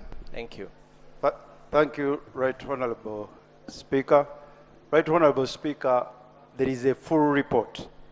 I'm a member of the committee. We looked at all the performance for the other projects. I want to invite the member to look at the report. Which loan covered which phase? It is fully in that report. I submit. Further information. Thank you for the information. That is the objectivity of Dr. Bed. Thank you very much. Further information from Osmagola. Madam Speaker, Macho from Busia, who is a cross-border trader, has the information that the challenge, like what my very good brother, Honorable Samba, is submitting, is that we have some members of parliament who don't sit and concentrate. If Honorable Samba was here throughout, he would have not brought that matter. Because what Honorable Abed is submitting is truly all this is documented. Madam Speaker, I need your protection from Honorable You are who from where? Because I'm talking, she's really disrupting me. And Madam Speaker, there is a saying that leaders look like voters look like their leaders. I don't know whether your voters look like you. But Madam Speaker, to go on the point, Honorable Samba has just come in. He has not concentrated. So he did not follow the submission on the spot. That's why he has brought honorable members, first finish on your procedure. Thank you. Honorable Gwang is also coming. Thank you on very the much. Same Thank information. you. Thank you very much, Right Honorable Speaker. Honorable Gwang is also giving information. Right Honorable Speaker. Right Honorable Speaker, Honorable I want to think. Honorable Gwang. I want to think, Right Honorable Speaker. I have given Ogwang to give you information because he was a minister of ICT. Madam Speaker, first of all, let me begin by thanking my brother, Honorable Shabi, because at the time I was in ICT, he was a member of the committee of ICT. I do not know today why he is. However, Honorable Shabi, you know that the issue of this UDAB loan, honorable colleagues, we must accept that internet is a human right as of now, whether you want it or you don't want it.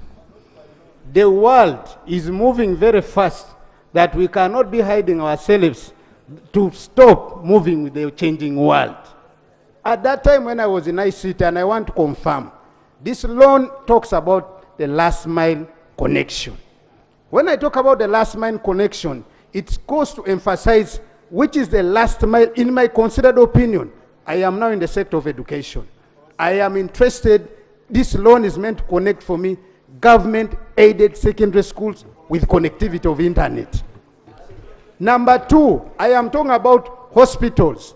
Number three, I'm talking about sub-counties. Number four, and when I talk about this, it means the entire country is meant to be covered with the connectivity of internet. So, I want to call upon you, honorable colleagues, for purpose of such a project, it's important that we support it without us going through saying, it is having issue here, is it which district?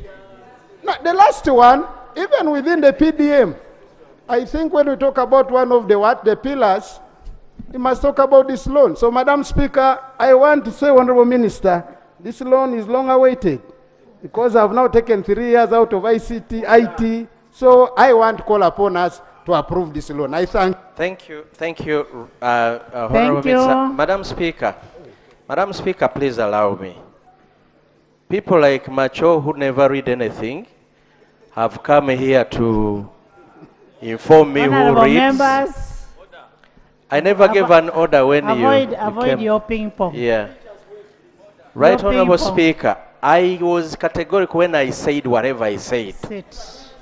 Right, Honorable Speaker, I said an impression is created here every time we process a loan that all districts are going to be covered.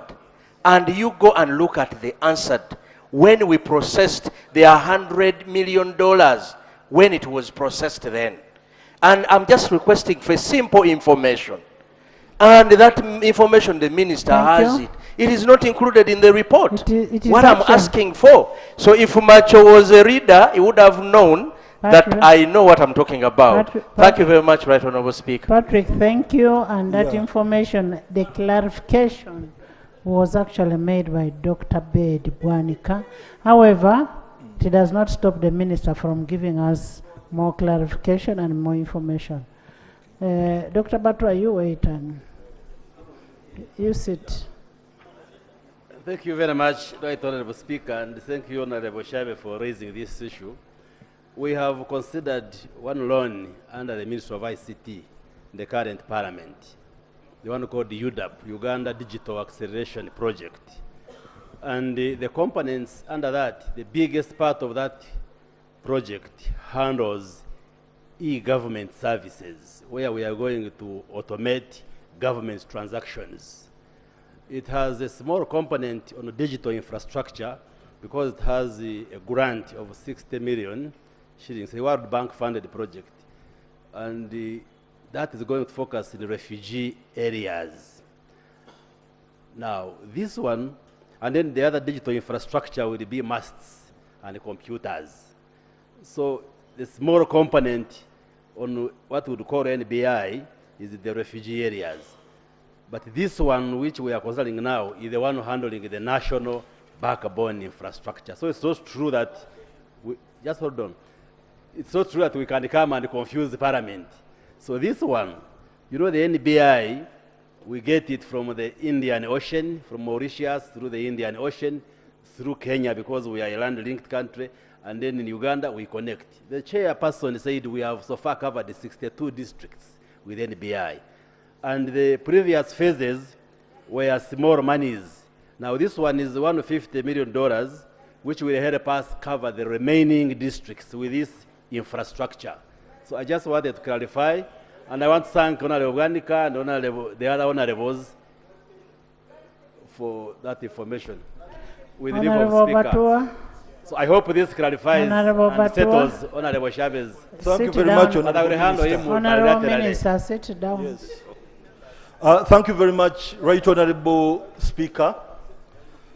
When, as the Shadow Minister of Health, and acknowledging the issues and problems we have in health, much more the one you just spoke of, the HR, human resource shortage, I'm supporting this motion from the mind of telemedicine. Telemedicine is a technology that would enable us have a doctor, a specialist in Kampala, being able to treat somebody in Kabale, in Kinkizi. Notably, while I was in Kinkizi doing oversight, I found a newly constructed hospital in Dr. Bariomunsi's constituency, Arnett Center 3, state of art with very good furniture, but it didn't have a midwife, yet it had all equipments to run that function. So in telemedicine, we have hope of covering some of the gaps. We have hope of buying diagnostic equipments, radiological equipments, installing them in various facilities, be it small or what, but having them being ready maybe in Kampala or at regional referral hospitals because of the backbone technology that we are coming up with.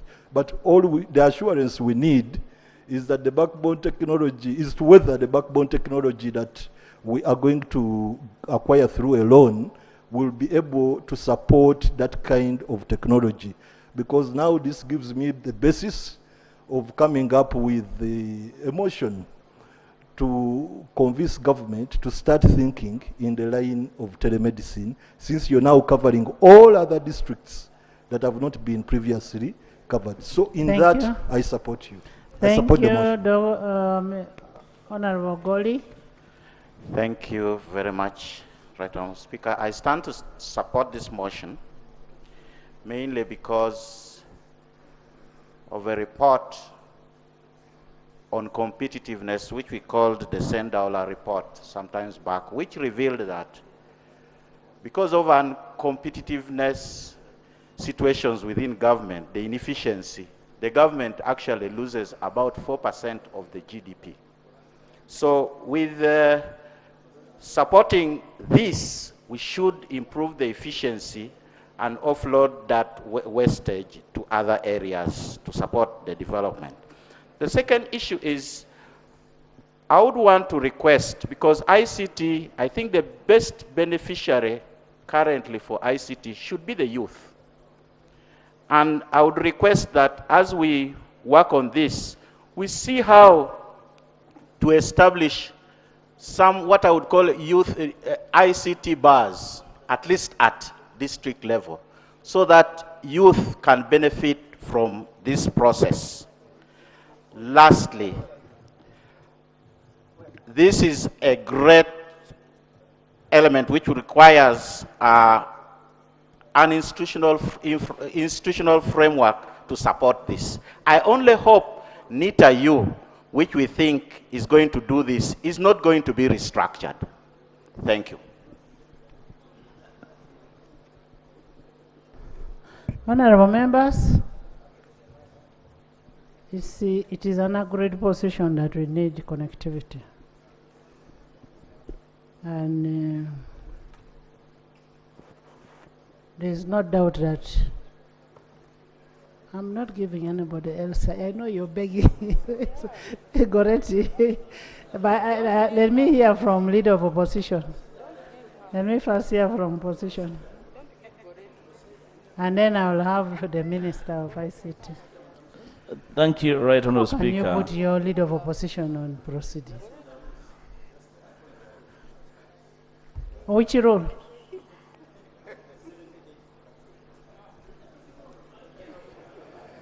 Madam Speaker, the procedure matter I'm raising is that we've passed a number of loans here, but I would wish to know when this loan will perform.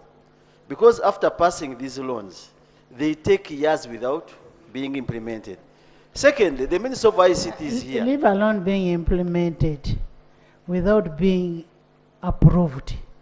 Parliament is approving now, Madam Speaker. No, the due process with Attorney General, with the finance, it takes over a year. Thank you, Madam Speaker. Then, the other procedure matter I'm raising, the Minister of ICT is here.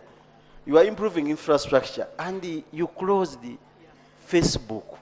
You yourself, you are using VPN to access Facebook. Inform this House. You have been peeping through your phone, you know that very well, through Madam Speaker. So should we know if you are improving infrastructure, when are you opening Facebook? Lastly, Madam Speaker, the issue of providing schools with And computers. Honorable Gwang said it is a human right. Whether it's a human right, but in the face of the law, it is null and void and it's irregular. But even if you procure many computers without feeding them with data, they will not perform. Let us not mislead this House that secondary schools in Uganda all have computers. That's out. So confirm to this Parliament, Madam Speaker, the ministers are here, whether secondary schools and primary schools in Uganda are furnished with the computers. But They are going to be furnished. When you approve the loan, they are going to be furnished. Honorable members, in the public gallery this afternoon, we have members of the Uganda Catholic Lawyers Association, led by the Vice Chairperson, Ms. Kelea Amanya. Please stand up. You're most welcome. Join me in welcoming them. They are here to witness the proceedings. Thank you for coming. Please, look. Thank you, Right Honourable Speaker. The Honourable Joseph Saungo has handled well one of the issues I wanted to handle with the Minister, securing backbone infrastructure on broad funds and then blocking social media where lots of young people were doing business. This government is not able to employ. Honourable Speaker, I challenge the Minister of Finance to every year publish the number of jobs created by every entity so that we can understand that the government is growing or actually declining. Because in this government they froze the opening up of employment opportunities in all agencies, but the economy is going to grow. So which economy grows and is not able to create jobs? So we want you to publish the number of jobs you have created by the end of the financial year, so that we can confirm that actually you are serious. Secondly,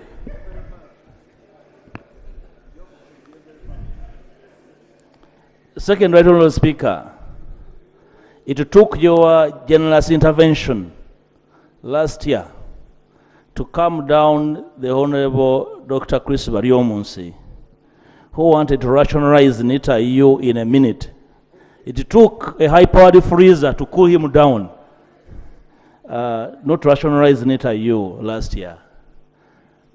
May we get commitment from him that this entity is going to incubate these projects, that this entity is not going to be restructured soon, then we get into problems of structure and then implementation, because we are not here to gamble. We must plan sustainably.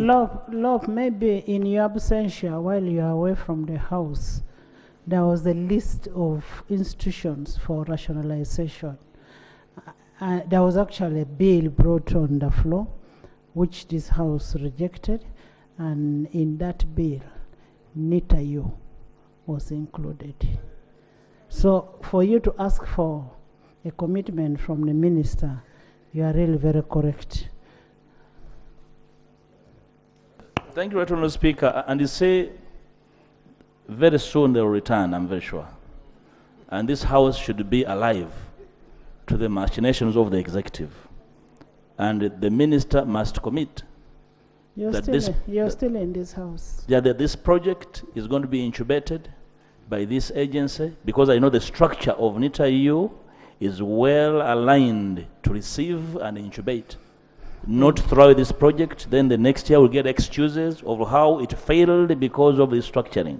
So that Thank commitment you. must precede approval, Right Honourable Speaker. Honorable Minister.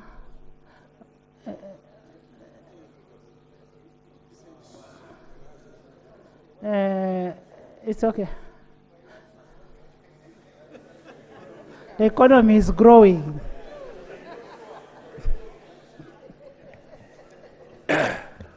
Honorable Speaker and colleagues, my dear friend, Honorable Mpuga, who I love very much indeed, he has raised an issue which makes me at times sleepless nights, because Uganda, we are very prolific. We produce quite a number of children, and we educate these children, and we have to look for a job for them. The statisticians have informed me that currently we offload about 600,000 to 700,000 youth on the labor market, but the jobs that at the moment, the way the economy is moving, we form or we provide about between 400,000 to 500,000 jobs. 4 to 5, please. 100,000. 4,000. Emitwalo. 4,000. Not 4,000, 400,000. 400,000. No, come on. It's a slip of tongue. So that balance. Civil servants are employees. No, I'm talking about the younger ones who are graduating from various institutions of learning who come to the labor market. So, this does not mean that the economy is not producing jobs. Yes, that does not mean it is not producing. It is producing jobs. You go into the rural areas and see. You go. Okay, I will take your information now. It doesn't, no. Okay. No, the speaker has refused. Sit down.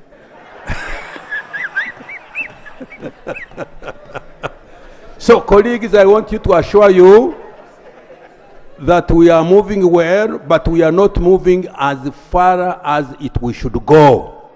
And that's why everybody, really, I appeal to you now as a nationalist. That's why we must make sure, first of all, we have a very secure country. Yes, please. We must really promote industrialization. We must help our people to produce, not to produce children, to produce, to be productive so that we can wait. In fact, we are thinking that in the near future.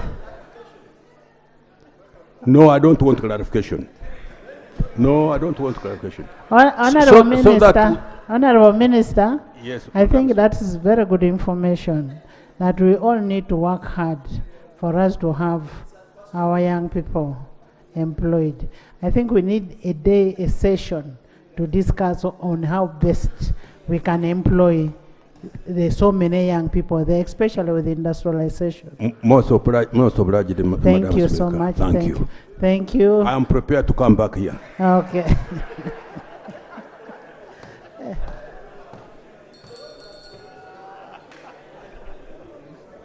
Honorable Minister, now that we are giving money to NITAU, and last time we gave money to NITAU, we want your commitment that you're not going to rationalize NITAU, because that is one of the conditions attached to these loans.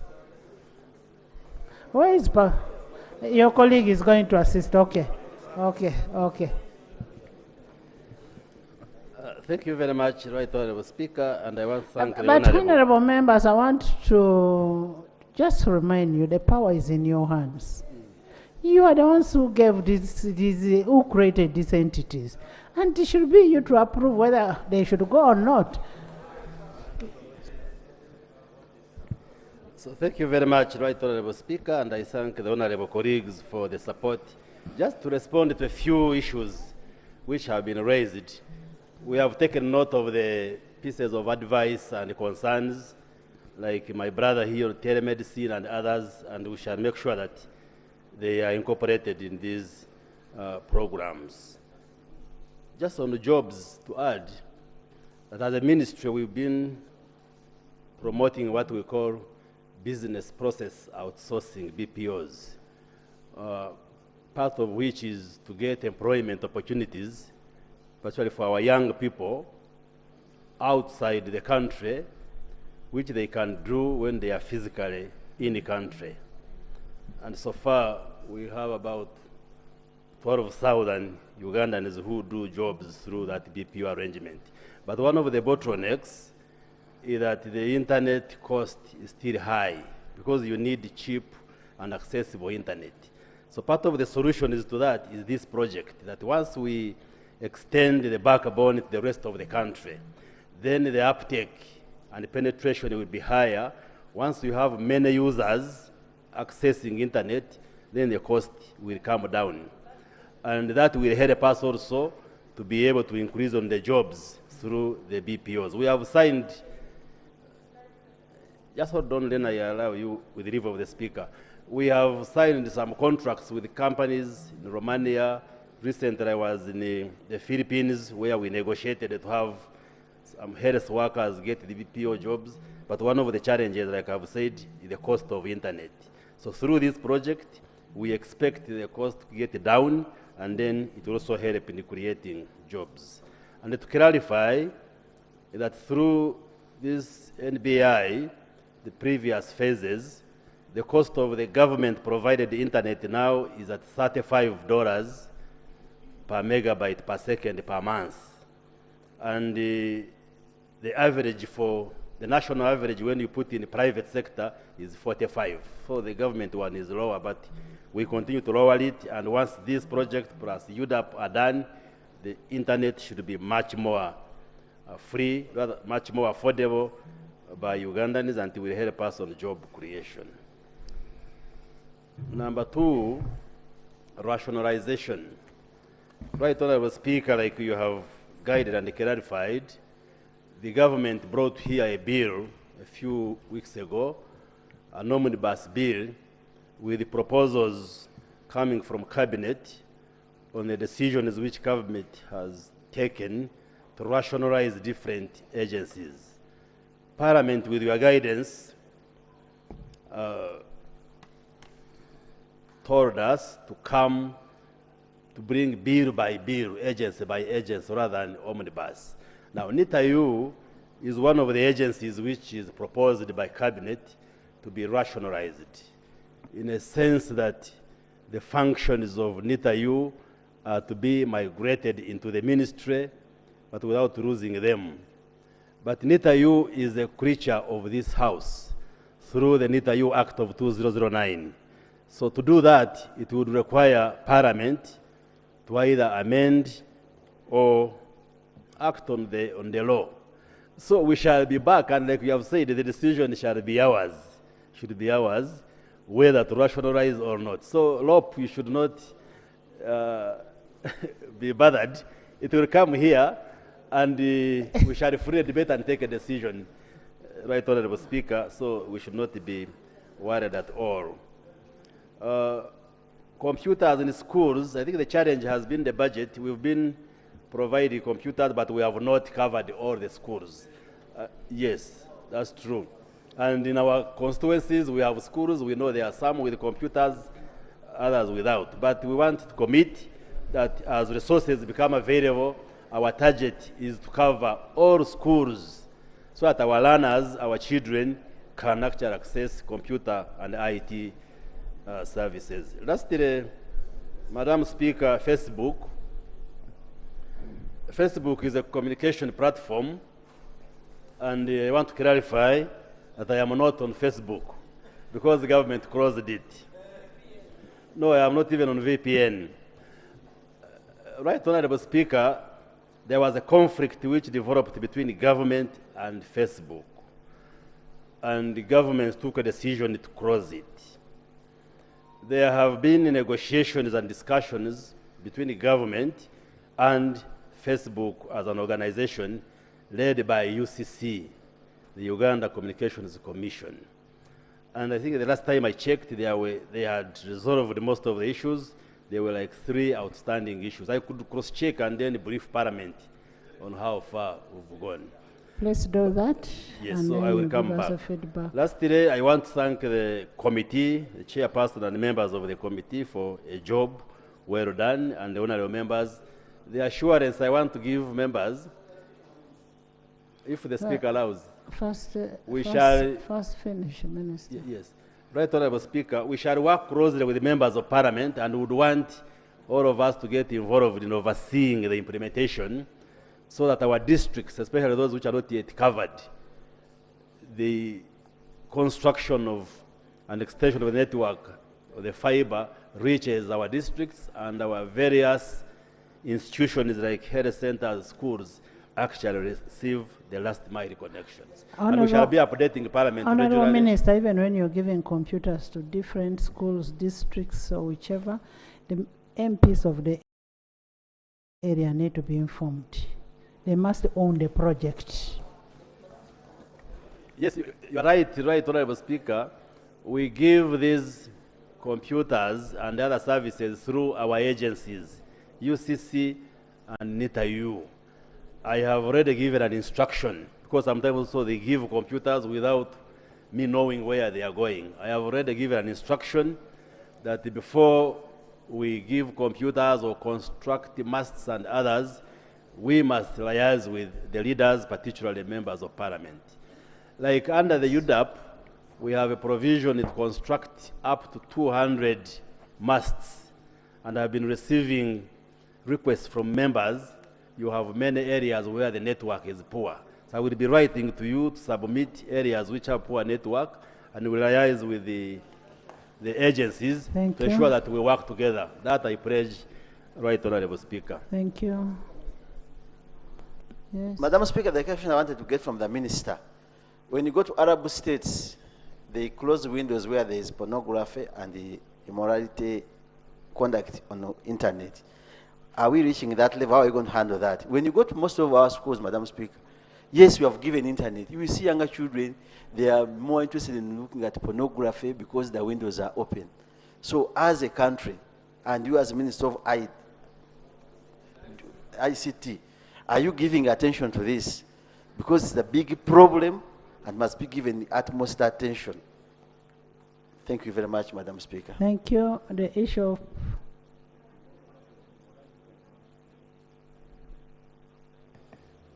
Thank you very much, Right Honorable Speaker. Definitely your concern, we share it because we are parents, we live here, and there is the abuse of internet and communication platforms where our children access pornographic material. We've been trying to build the capacity, especially through UCC, to get equipment, and I can say we now have reasonable capacity. For instance, if you post an offensive material on WhatsApp or social media, we can trace to the originator of that material. But we are also having discussions. In answer to your question, we are having discussions because we have been operating a liberal and free environment, but I think it is increasingly becoming necessary for us to see what we can censor, like pornographic material be accessed by our young people. So it's an issue which we are handling, and we share your concern.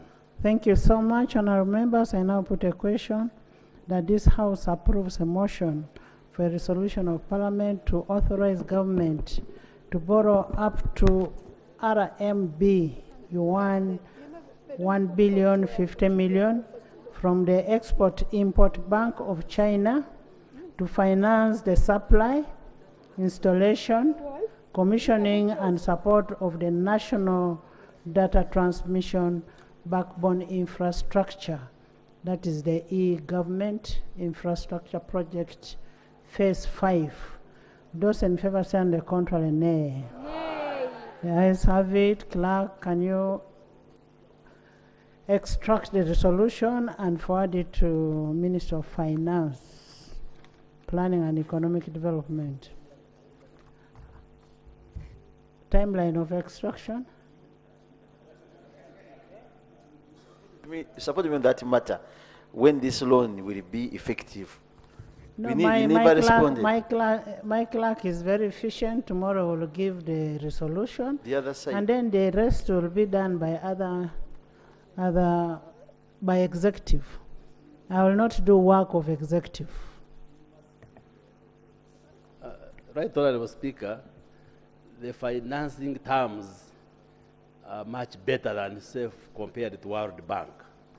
The World Bank loans, there are a lot of procedures and steps, but this one, the China Exim Bank, is faster. So from now on, the Attorney General and Minister of Finance will do the paperwork, and early next year, maybe January, February, we should be on the ground with implementation, yes. This one doesn't have a lot of lengthy procedures like the World Bank procured loans.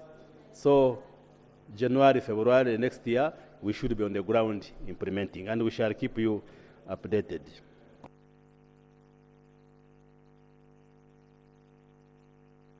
Thank you so much, Honorable Minister. Honorable members, as I said before, we are going to have a mass. In the VIP gallery this afternoon, we have His Lordship, Right Reverend Lawrence Mukasa, the Bishop of Luero Diocese. You're most welcome, and thank you so much for coming. He's accompanied by Monsignor Francis Xavier, that's the Vicar General. Most welcome. We have the Reverend Father Kasigwa.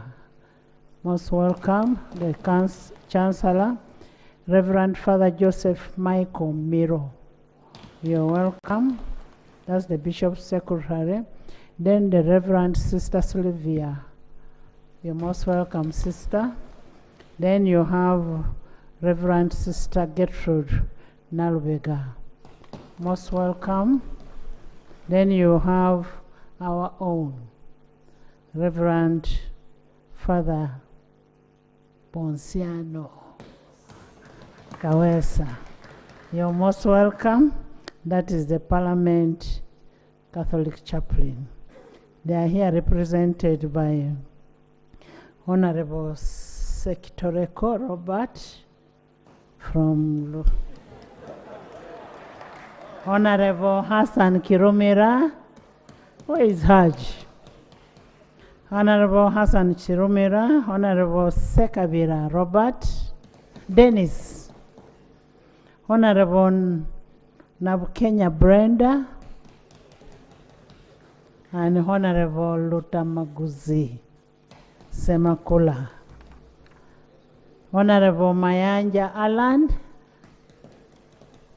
Honorable Najuma Sarah,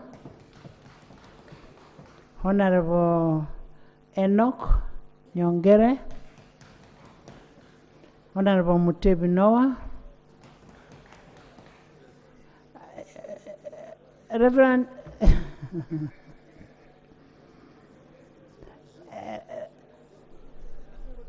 Bishop, they are not in the house here because they are organizing for the mass down. So you have very good members. They're only out there organizing. Then you have Sekesa Bernard. And then you have Zawede Victoria. You're most welcome to Parliament of Uganda. And while here, feel at home. and we want to welcome you for the whole mass. The members will be joining you. But for now, let's first suspend the House for 10 minutes. We come back and then we'll be going for prayers. The Deputy Speaker will be joining you for prayers. I want to thank you so much. House suspended for 10 minutes.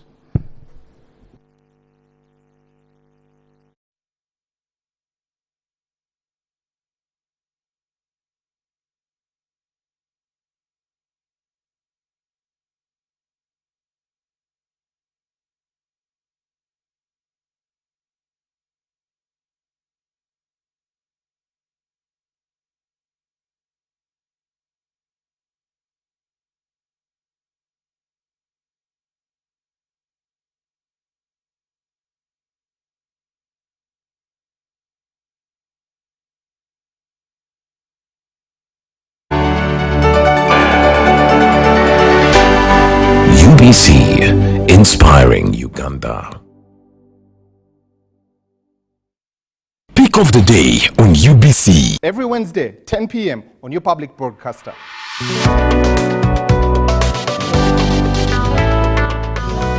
Was brought to you by MTN Momo Pay is the easy way to pay. Dial *165*3# or use the MTN Momo app. You don't need cash. MTN Momo Pay is safe and free.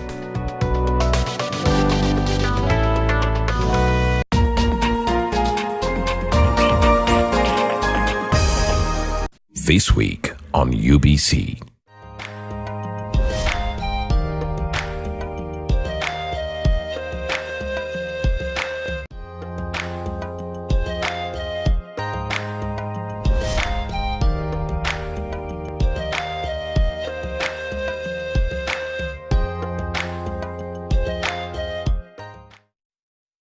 The UNAIDS fast-track approach over the next 5 years will allow the world to end the AIDS epidemic by 2030. The report, Fast Track, Ending the AIDS Epidemic by 2030, outlines that by taking this approach, nearly 28 million new HIV infections and 21 million AIDS-related deaths would be averted by 2030. On your favorite show, Behind the Headlines, this week, Wednesday, Timothy Nyangweso is bringing on table excellent brains to dissect the program and to bring to certainty by 2030, AIDS will be no scare. These and more on your national broadcaster, UBC.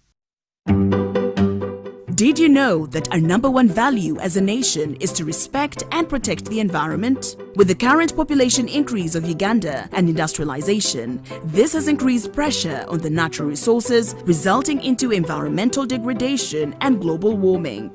Developing countries like Uganda could face 80% of the global climate change effects by the year 2030 if no action is taken.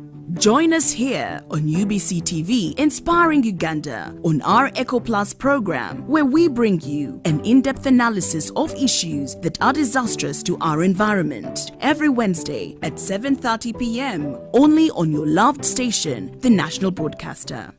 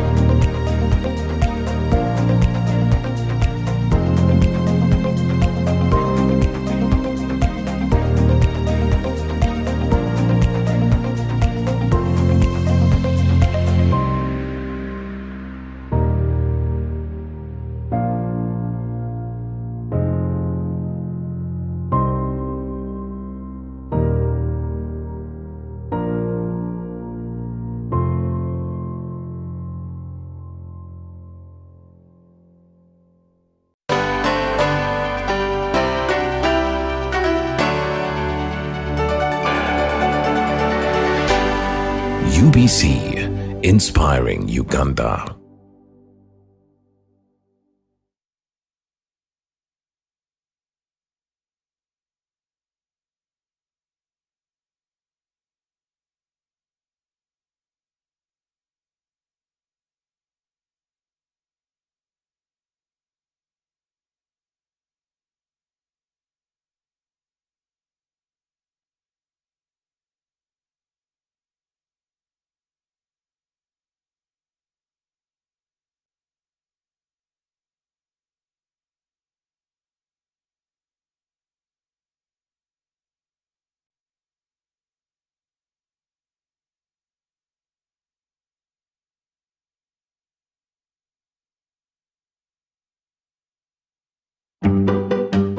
Did you know that our number one value as a nation is to respect and protect the environment? With the current population increase of Uganda and industrialization, this has increased pressure on the natural resources, resulting into environmental degradation and global warming.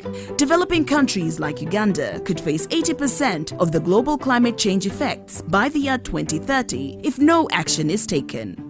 Join us here on UBC TV, Inspiring Uganda, on our Eco Plus program, where we bring you an in-depth analysis of issues that are disastrous to our environment. Every Wednesday at 7:30 p.m. only on your loved station, the National Broadcaster.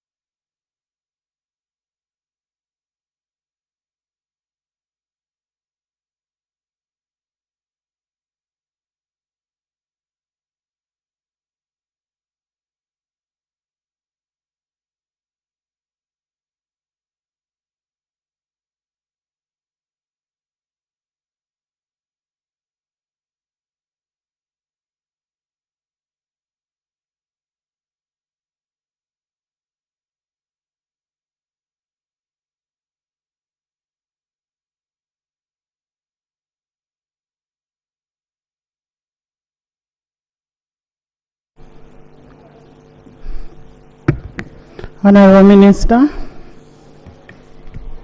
Madam Speaker, I beg to move a motion to authorize government to borrow Uganda shillings 3.5 trillion from the domestic market to finance various activities in the budget for financial year 2023-2024. I beg to move. Is the motion seconded? Seconded by Ogwang, Okasai, Paul, Professor Afande, Akamba, Yusuf, even Imacho, Lira, Moding,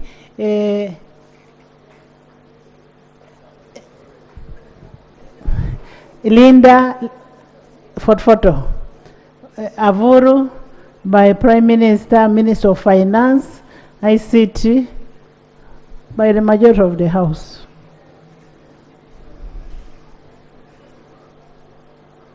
Can you speak why you want to borrow? Thank you, Right Honorable Speaker.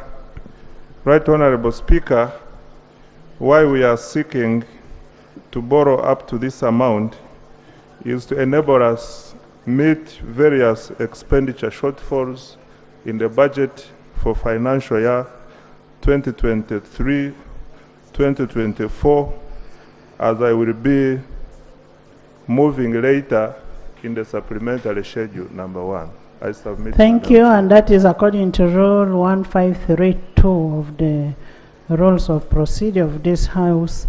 I now put a question that the House approves a request by government to borrow 3.5 trillion to finance a supplementary expenditure 1 for financial year 2023-2024. Procedure. Those in favor say I'm the contrary nay. Procedure. The ayes have it. Item 6, motion for resolution of Parliament to approve supplementary expenditure schedule number 1 for the financial year 2023-2024. Honorable members, as you may recall, on 30th November 2023, the Minister of Finance, Planning and Economic Development tabled the supplementary expenditure schedule number 1 for financial year 2023-2024. The schedule was referred to the Budget Committee. I am reliably informed the report is ready and we have a minority report to that effect. However, I note that the Minister has already moved the motion to borrow what is supposed to spend on as per the law. Now, the Minister now should move a motion on that. Yes. Thank you, Right Honourable Speaker. You know, we never stop learning. And if I heard well the first motion, which was a request to borrow, that this House has approved, my thinking and experience here was that we either would have a report of the Committee of National Economy for that borrowing, or actually the Right Honourable Speaker would send that borrowing to the committee for assessment. Otherwise, I needed to understand the nature of borrowing and the condition there too that we have approved, Right Honourable Speaker. Would it be proper that we understand that with clarity so that this House can understand how they are committing the taxpayer without report? Right Honourable Speaker. Honorable Lob, the letter which was laid on table on the 30th had an explanation for the 3.5. You can hear from the Minister.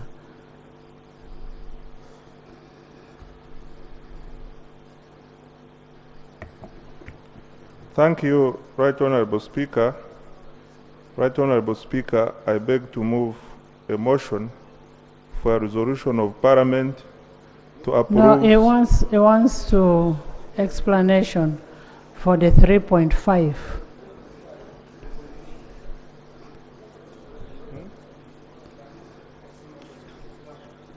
Give him time, give him time. Madam Speaker, Pursuant to Rule 153 of our Rules of Procedure, I am required to provide the sources of financing for the supplementary. And Madam Speaker, when I laid the supplementary Schedule 1 for financial year 2022-2023, one of the prayers I made was that Parliament authorizes us to borrow up to 3.5 trillion to finance various items under supplementary expenditure Schedule 1. And consistent with that, Right Honorable Speaker, I know this motion is preempting a position in a minority report. Having read it, then the minister has moved swiftly to preempt a disastrous situation. But be that may, Right Honorable Speaker, this may have, I'm keen to use the right words, this may have a little bit of embarrassing elements to this Parliament, if approved, if you go ahead. One, the 3.5, the 3. It's a procedure matter. Right Honourable Speaker, I'm raising on a point of procedure. We have already passed a motion. Are we proceeding very well to go into debate on a matter we have already resolved through a vote? The embarrassment we are talking about is just in anticipation. We don't know what is coming up. So you can't debate in anticipation. So when you start saying we are looking for an embarrassment, unless you're saying you yourself is embarrassed, but not we as a House. Right Honorable Speaker, I think facts speak for themselves. The 3.5 trillion we have approved includes money that money they are going to borrow, includes money that is already available. He moved for a borrowing of 3.5 trillion, includes money that is already available by NTR, and the minister is full aware when we are in a committee that those figures were fictitious. Honorable, can we hear a report from the minority, and then hear also the other report, and then we debate, because now you're talking about what is in the supplementary. No, I'm speaking for the borrowed money, the 3.5, which you want to borrow, to finance a supplementary. It includes money that is already available. That's not going to be borrowed. And you've talked about NTR. That is anticipated amount that you expect to get in the circumstance that you don't get that money. Right Honorable Speaker. It's a projection. Right Honorable Speaker. Including money already that is being reverted is in the borrowed sums of money. That's why that Honorable Speaker.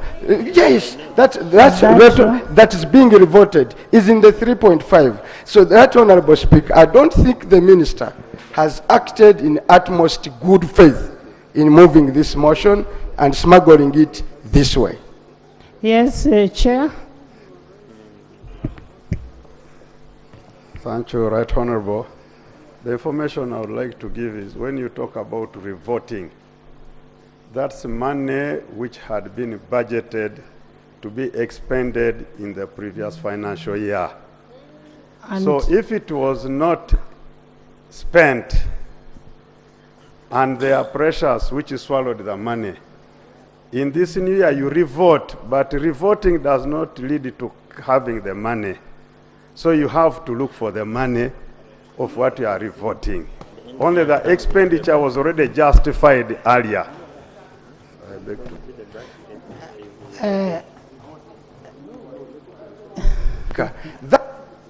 That is also an erroneous explanation by the chair of the committee. Money that is returned to consolidated fund, okay, and you dealt with unspent balances. Money that is returned to the consolidated fund is money variable, and you revote it in a supplementary. It is not automatic that you revote it for that particular No, item. yes, but that money is available. You can't go ahead to borrow it. You can't go ahead to borrow that sum of money that was returned in a Why consolidated don't you listen fund. to your chair first? Is not being true. Right, No, Honorable. he's an accountant. For you, a I'm very, historian. very truthful. Yes. I think my colleague cannot tell us the cash flow balance of the consolidated fund as he speaks now. He doesn't have it, but you have to understand the budget, the way it operates. The release, when they talk of a release, it's not physical cash. Let's understand that point. Then also you have to understand that there are negatives which occur at Bank of Uganda. So when the returns come, they offset the negatives at Bank of Uganda. So Actually, that's why- can you therefore tell us the cash balance of the consolidated That's why fund we at close of the needed. year? That's why we needed that report of the cash balances, of the balances at the end of the financial year. We should be able to discuss that report. Right, Honorable Speaker.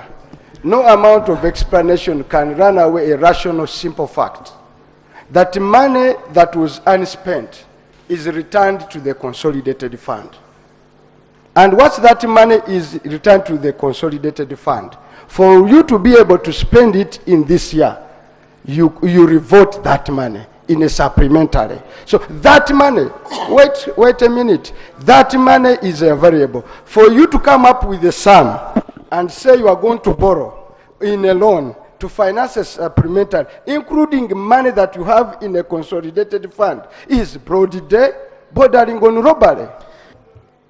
Let me hear from Max first. Yeah, thank you very much, Madam Speaker. May I take this opportunity to provide information to my honorable colleague, Honorable Kivumbi, that when the financial year comes to a close on the 30th of June each year, the monies that are not spent are actually swept back into the consolidated fund, and they cease to be available because the government position at that point in time cuts across all the resources available, be it sourced externally or even domestically. So there's nothing like money available, which was actually not spent last financial year to this financial year. Thank you. Madam Speaker. Thank you. Now, he's making a clarification from a formed position of an accountant, a certified accountant. Yes, Omara? Thank you very much, Right Honourable Speaker. Right Honourable Speaker, I think what my colleague is trying to advance is the passionate debate that we had during the budget committee discussions. And that has already been taken over by Vince. The committee has come up with a majority report, and he has a minority report. What is now necessary is for us to allow the chair of the budget committee to make a presentation. And what he is advancing is part of his minority report. Then the full house can listen to both parties, and then we move forward. Otherwise, we are actually having an extension of a budget committee debate, which we have already moved beyond.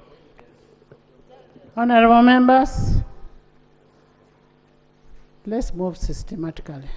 Yes, you want to say something? Thank you very much, Madam Speaker. I read when it came here. Somewhere I saw this money is going to go to finance the education of our children. I would propose that we propose or put a motion here that we close debate on this matter, and then we proceed to hear from the chairman. Can we hear a motion from the minister?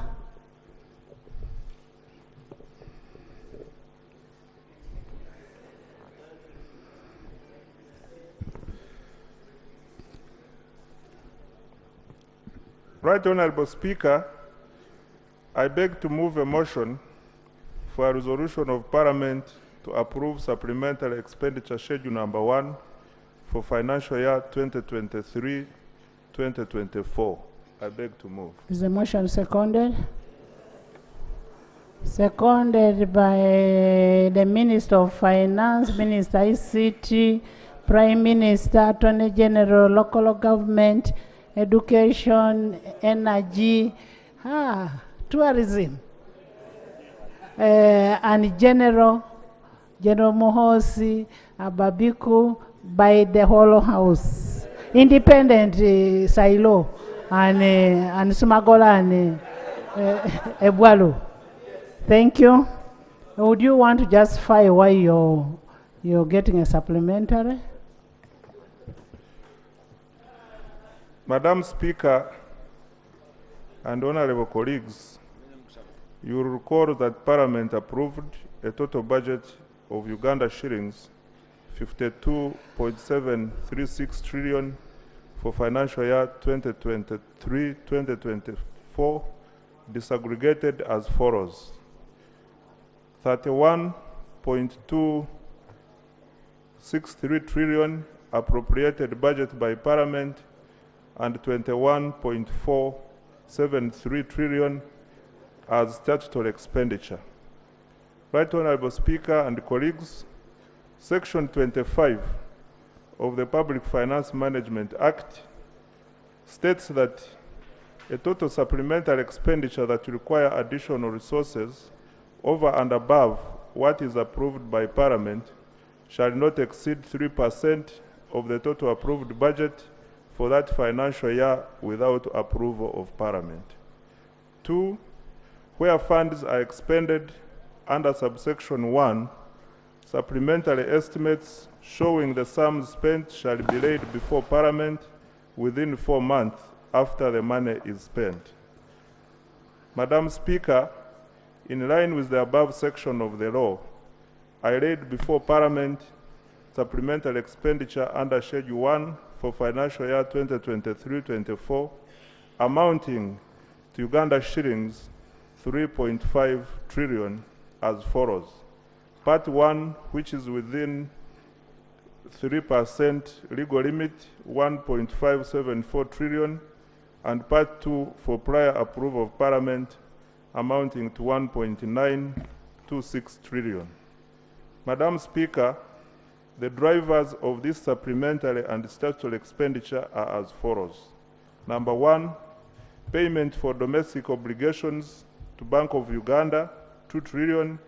As at June 2023, Madam Speaker, government owed the Central Bank Uganda shillings 4.8 trillion, which had accumulated from financial year 2019-20. Honorable colleagues, you will recall that in order to support the recovery of the economy from the slowdown brought about by COVID-19, government expenditure was expansionary in order to provide a fiscal stimulus to various sectors of the economy. However, government was not able to fully fund its expenditures. Accordingly, Bank of Uganda met government obligations on domestic debt redemptions. Now the economy is recovering, and given the prevailing macroeconomic conditions, it is important that the government pays off its obligation to the central bank.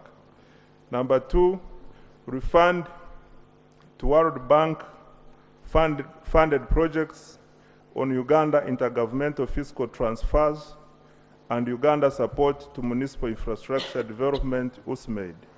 During financial year 2022-2023, Parliament approved revoting, and I want Honorable Chivumba, I invite him to listen to this. Parliament approved revoting of unspent balances for UGIFT and USMAID. However, some votes were not able to absorb the funds by end of financial year 2022-23, and the appropriation expired. There is need to revote this expenditure and provide corresponding funding for it, given our commitment to these programs which support the critical expenditures of schools and health centers and our joint agreements with the World Bank. Number 3, Madam Speaker, critical government policy commitments that cannot be postponed, such as the national census, the mass enrollment and renewal of national IDs, and the government's commitments to support research and development under science and innovations. Number 4, other statutory obligations such as payment of International Court of Justice Award to the Democratic Republic of Congo, payment of debt incurred to purchase shares in ROCO, and payment of interest on debt acquired to finance supplementaries in financial year 2022-2023. Number 5, we have omissions and errors made both during the budgeting process and during the appropriation process for financial year 2023-24, where some existing government obligations were not provided funding and where changes were made from the recurrent budget category instead of development budget, which significantly affected the budget available to implement activities that must be charged from the recurrent budget category. Number 6, we have expenditure on peace and security, ensuring government is able to fulfill its international commitments as well as supporting the economy, fostering economic recovery, including the development of transportation infrastructure and the generation and the distribution of electricity. Madam Speaker, I beg to move. With this justification, Madam Speaker, I wish to inform the House that we have been in the Committee of Budget and the committee is ready to enhance my justification with a detailed report. I beg to move. Thank you Right so Honorable much. Speaker. Thank you, Honorable Minister. And as I said, pursuant to Rule 153.5, the committee will now present. And as I said before, there are 2 reports. There is a major report and then there is a minority report. And we'll hear from both reports. And remember, both reports are informative.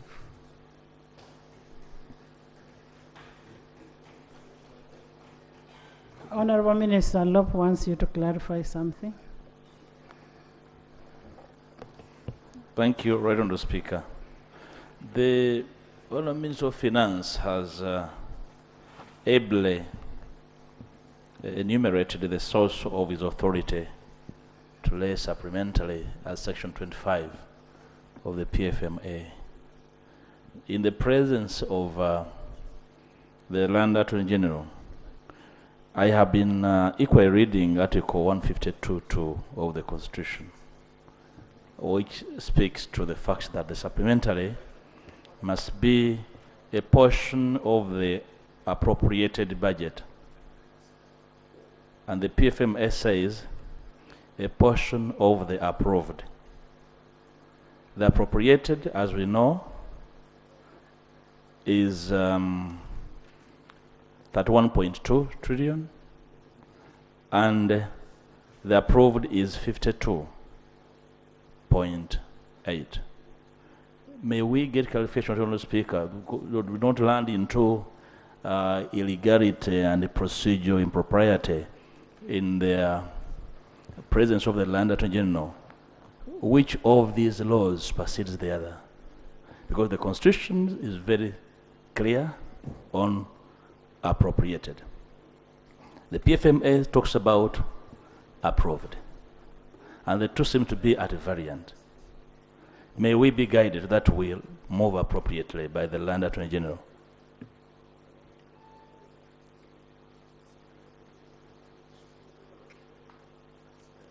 Maybe to even help you further, very briefly, Right Honourable Speaker, because I thought you need to set these precedents very clear.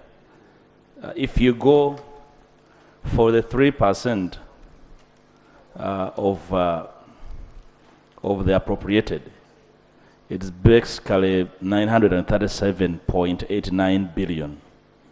The 3% of the approved is 1.574 trillion. So may we be guided that we legally go over this matter, Honourable Speaker. I thought that procedural and legal flow needs to be clarified by the Land Attorney General. I think before the Land Attorney General comes in, we need to know the intention of the framers of the Constitution. Because when they talk appropriated, whenever we are passing a budget, the statutory votes, we do pronounce them. We appropriate. It brings the whole total of amount that is appropriated, the statutory votes, including yours of Parliament. Anyway, let's hear from the Land Attorney General. Right Honourable Speaker, I appreciate your clarification, and I will not depart so much from that. But But in answer to the Leader of Opposition, we are dealing with the money approved.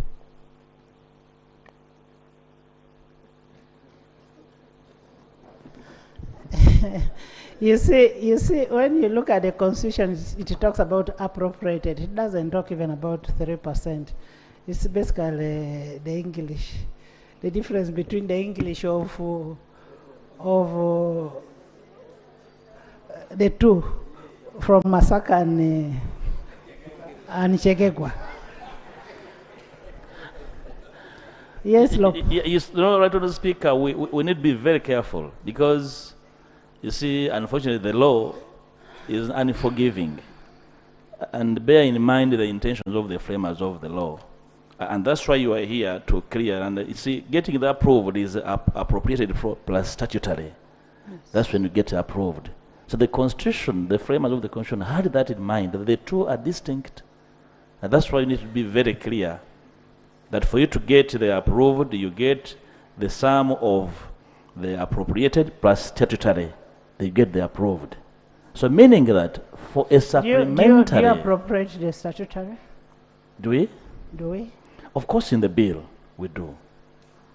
Okay? That's why we need to be very clear with whether the law captured both. Does it come in the Appropriation Act?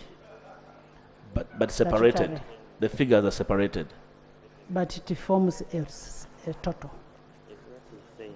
Yes, it does. The total, of course, becomes the approved. After appropriation, that is the approved amount of the House. I think, Honourable Speaker, for us not to take a lot of time on this. You first listen to what an accountant is saying there. Silo. No, we are talking the law here, not the other. Yes, let's get from Moses.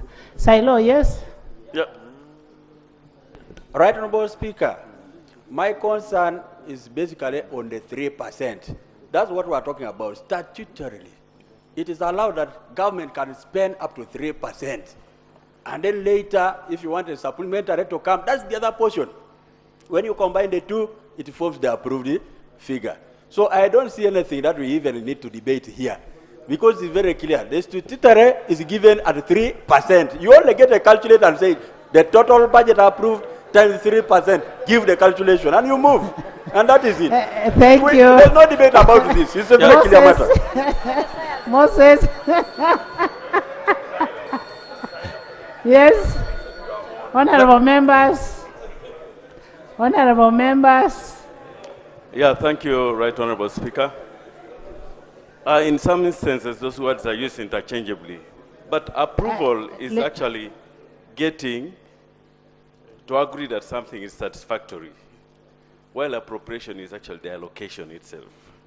So that's how those two actually allocation per vote. Approval is to accept that it's satisfactory, while appropriation is actually the allocations according to the way we structure the budget. Thank you, Right Honourable Speaker. Let me take leave, Right Honourable Speaker, by offering a humble advisory. Now that my Minister of Finance is undertaking to cause amendment to the PFMA, I encourage the Minister of Finance to work with him because... But what happened? Because this Public Finance Management Act really needs amendment. It's laden with so many issues. And that red flag should be picked to really harmonize the supreme law of the land with subordinate legislation. Otherwise, if challenged, you cannot go and explain English in a court of law.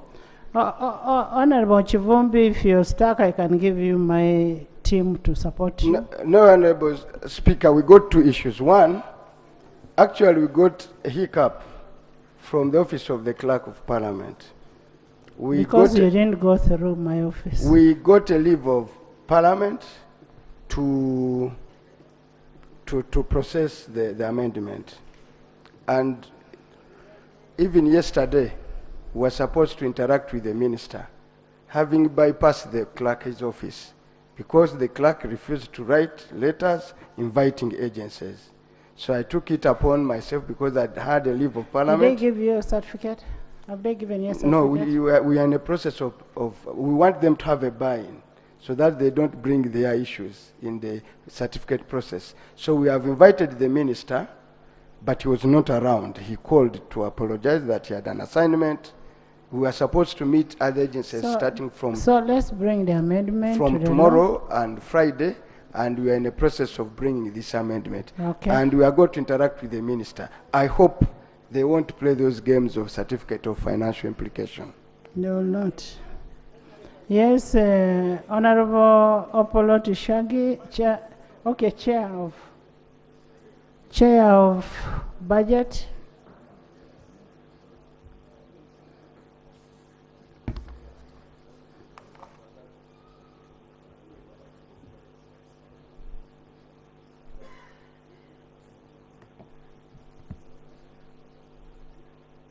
Thank you, Right Honorable Speaker and colleagues. I would like first to apologize. We are having some... Honorable Lob, first listen to the old man. We are of the House. Of the House. We are going to have some amendments first, Right Honorable.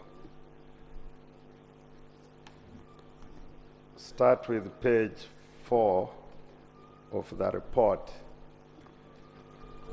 The figure for domestic borrowing is amended to 3.5 trillion.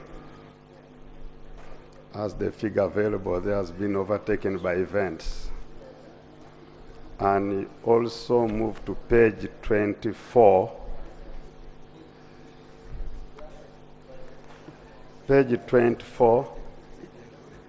I hear you. The point is the figure of 314. Honorable members, I hear Patrick saying that is a consequential amendment following the motion that was moved by the minister. It's a consequential. Let the chair, because he's old, he might even forget what he has said. You first sit. Thank you, Right Honorable, for that protection from my dear son and colleague, Honorable Shabe. Colleagues, I repeat, domestic borrowing now changes from 3.149351 trillion to 3.5 trillion as approved by the House. And thus the total now changes from 3.5 to changes to 3.851296 trillion. We also amend page 27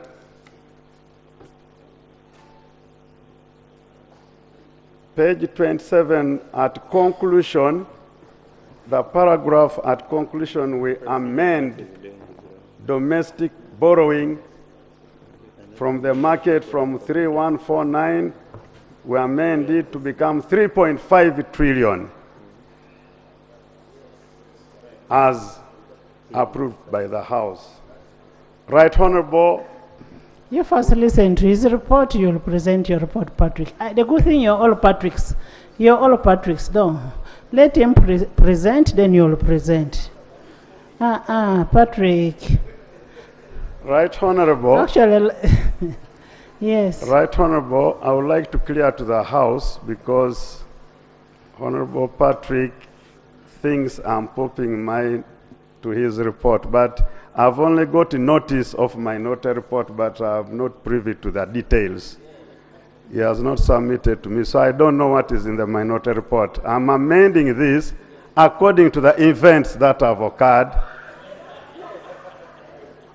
according to what the House has approved. Therefore, the figure we had has been overtaken by events.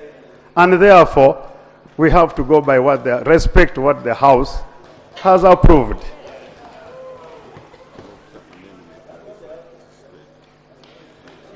What's the vote number? Does it remain? Right Honorable. We also have an amendment on page 7 arising out of typing error. Page 7, 3.9, vote 015. Vote 015. It reads Ministry of Trade, not Energy and Mineral Development, but Ministry of Trade, Industry and Cooperatives. He's making a correction on the name of the vote. Right, Just a Honorable, minute, just a I'm minute. presenting a committee report,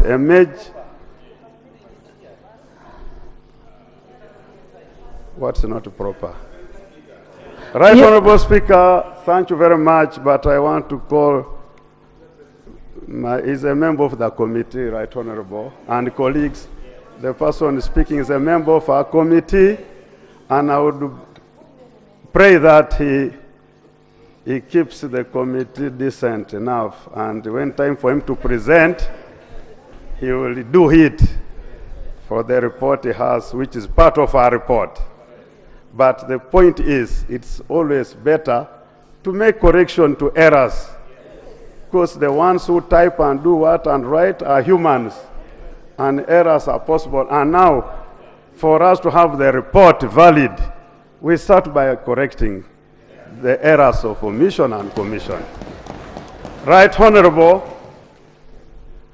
I now move that, aware that the minister moved a supplementary request laid in the House, and it was referred to the Budget Committee and other sector committees jointly to process on the 30th November. The committee has therefore to report on the findings. Right Honorable, the request was in two parts. Part 1 of Schedule 1 was supplementary expenditure within the allowed 3%. That was 1.574 trillion, and the one above 3%, 1.926 trillion, a total of 3.5 trillion. The committee interacted as a methodology with the various relevant stakeholders, and also looked at relevant legal provisions, the statutes, Constitution, Public Finance Management Act, and others relevant to this. And therefore, found out one of the requirements is a source of funding. The committee found the source of funding is domestic borrowing, local revenue, external financing, non-tax revenue, and so on. I move Part A, the expenditure request within 3% limit. I beg your pardon, Right Honorable, to allow me lay the copy of the report. Please lay. I also lay the minutes of the meeting. Please do. I also lay notice of my note report signed by 2 colleagues, members of the committee, Honorable Oshabe Patrick Nsamba and Honorable Namuga Goretti. And Honorable Kivumbi. No, there are only 2. Honorable Kivumbi was agreeing with the major report.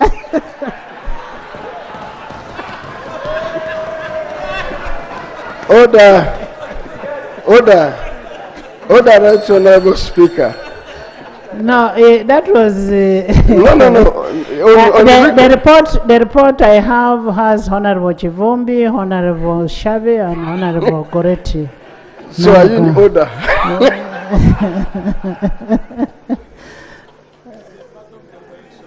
It is part of the correction. Right, Honorable. Can we therefore make a correction that Honorable Kivumbi later on changed his mind and moved to the minority? Thank you. So, Right Honorable, we start with the Party A. Vote 002, State House. Required classified budget of 100 billion. I will straight read the recommendation. The committee recommends that the House approve the sum of 100 billion to vote 002 State House to finance classified expenditure. Vote 004 Defense Veteran Affairs. Right Honorable, under 3%, the committee recommends approval of 1 billion shillings to vote 004 for commencement of infrastructural works on military museum. This one has been missing and overdue. It's good they have started. Right Honorable, vote 005, Ministry of Public Service, 12.099 billion. The committee recommends stay in approval of this money because the areas to the moneyland as talked of has never been verified and there is no indication of genuineness of this expenditure. The committee stays this. Vote 008, Minister of Finance, Planning and Economic Development. The committee recommends approval of 30.360 billion to Minister of Finance, Planning and Economic Development, of which 28.360 is reinstating the U-Gift financing and 2.0 billion for monitoring of wealth funds. Where we have a lot of wealth funds in the country, so we need to monitor and ensure that the purpose it's intended to control and have it be in good use. Vote 010, Minister of Agriculture and Marine Industry. The committee recommends 11.8 billion be approved to vote 010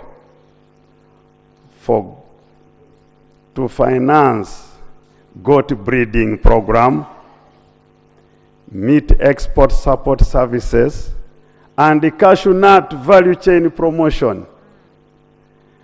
The committee further recommends another 3.664 billion to Minister of Agriculture as a subvention for wage and non-wage, which is a shortfall for the Agriculture Training Institute, and also for Office of Roma Tachi, National Farmers Leadership Center, and Coordination Office for COCTU, that's the trypanosomiasis in Uganda.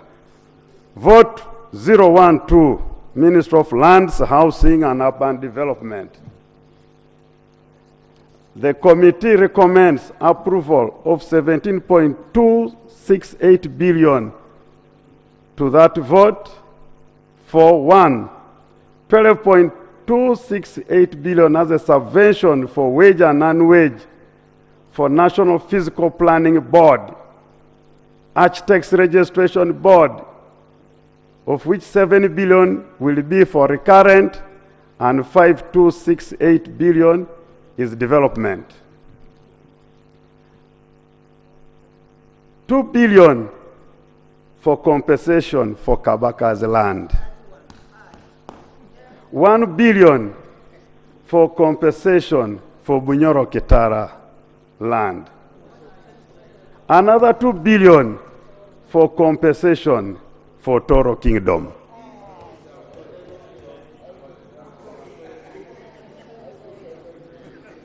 Vote 013, Ministry of Education and Sports. The committee recommends that 30.19 billion is approved for Ministry of Education and Sport, whereby 5.19 is for reinstating development budget, which had been cut off, and 25 billion for payment of supplied instructional materials. Aware that now we have a new curriculum at secondary school, all level is undergoing it, so instructional material I must. Vote 014, Ministry of Health. The committee recommends approval of 100.842 billion to Ministry of Health, broken down as follows. 2.7 billion for supervision costs for Lubowa Hospital and the quarterly progress report submitted to Parliament. There is a hospital being constructed in Lubowa where government funds have been invested in. And therefore, as work goes on, it's prudent that to protect our interests, supervision must be thorough. 22.934 billion for funding for medical interns. We have complained about medical interns many times. This is the money now for them. 4.461 for Global Fund to cater for value-added tax. 67.694 billion for funding for URMCHIP project 1440. What's that? What is that? Health can... Doctor is here. Doctor is there. Thank you.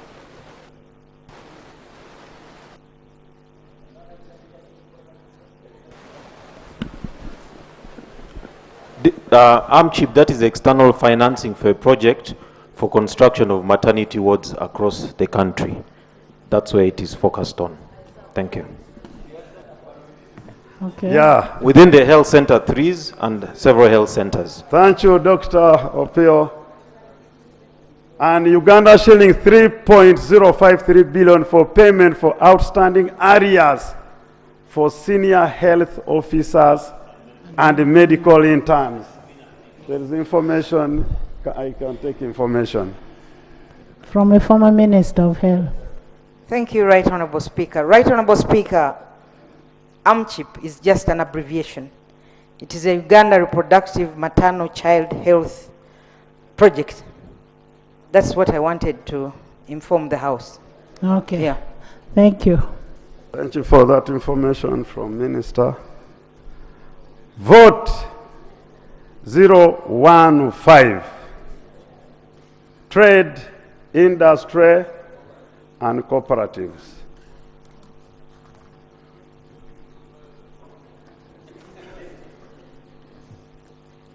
The committee recommends that we approve 51.733 billion to that vote to cater for 9.467 billion, which is a shortfall to Uganda Development Corporation for Soroti Fruit Factory. Honorable Bwaru, Honorable Baju, the Honorable Aogoni, all Oteso and Eastern Region and Uganda MPs. The factory is there for production. 37 billion as the funding required to complete construction of the Speak Resort Convention Center at Munyonyo. 37 billion. Honorable members, we are going to be the first people to use that convention center on the 3rd to 6th as the speakers of the Commonwealth. Oh, congratulations. Thank you very much. 3.079 billion for Management Training and Advisory Center, MTAC. 2.187 billion to facilitate payment of wages, support standardization of storage infrastructure, enhance certification and licensing under Uganda Warehouse Receipt System Authority. Vote 016. The committee recommends approval of 40.328 billion to Ministry of Works and Transport as subvention, wage and non-wage, to cater for National Review Board, MV Kalangala, Mount Elgon Labor-Based Training Center. Vote 017, Ministry of Energy and Mineral Development. This one is, of course, correction of errors that could have arisen during budgeting and the new opportunities arising. A total of 118 billion to cater for 27 billion, which was to cater for part payment of deemed energy obligation under Lira Agago transmission line for the Achua Agago Dam. So we are getting to the last part of clearing deemed energy because now the thing is connected. So soon there is no deemed energy. They are only to pay the last residue. Roman 2, 50 billion was to bridge the demand gap through the accelerated rural electrification program. That one, which Honorable Kivumbi one time was about to strangle himself. So we are putting back the money, which was the Renasre. This 50, there's another 50 in the other part, so it's even more.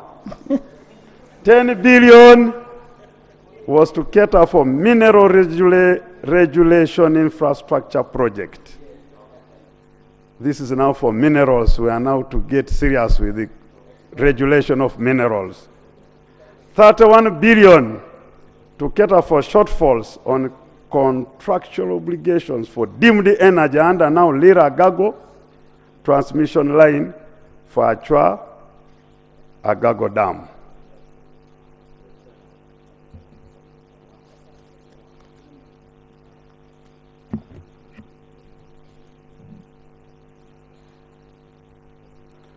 Vote 018, Gender, Labor and Social Development.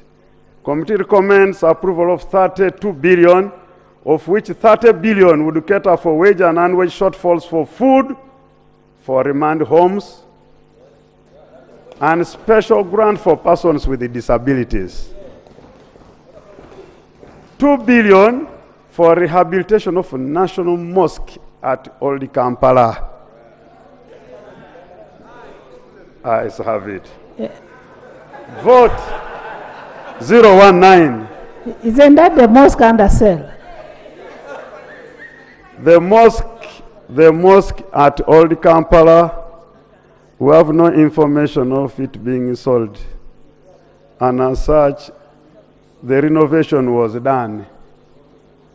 The renovation work is ongoing.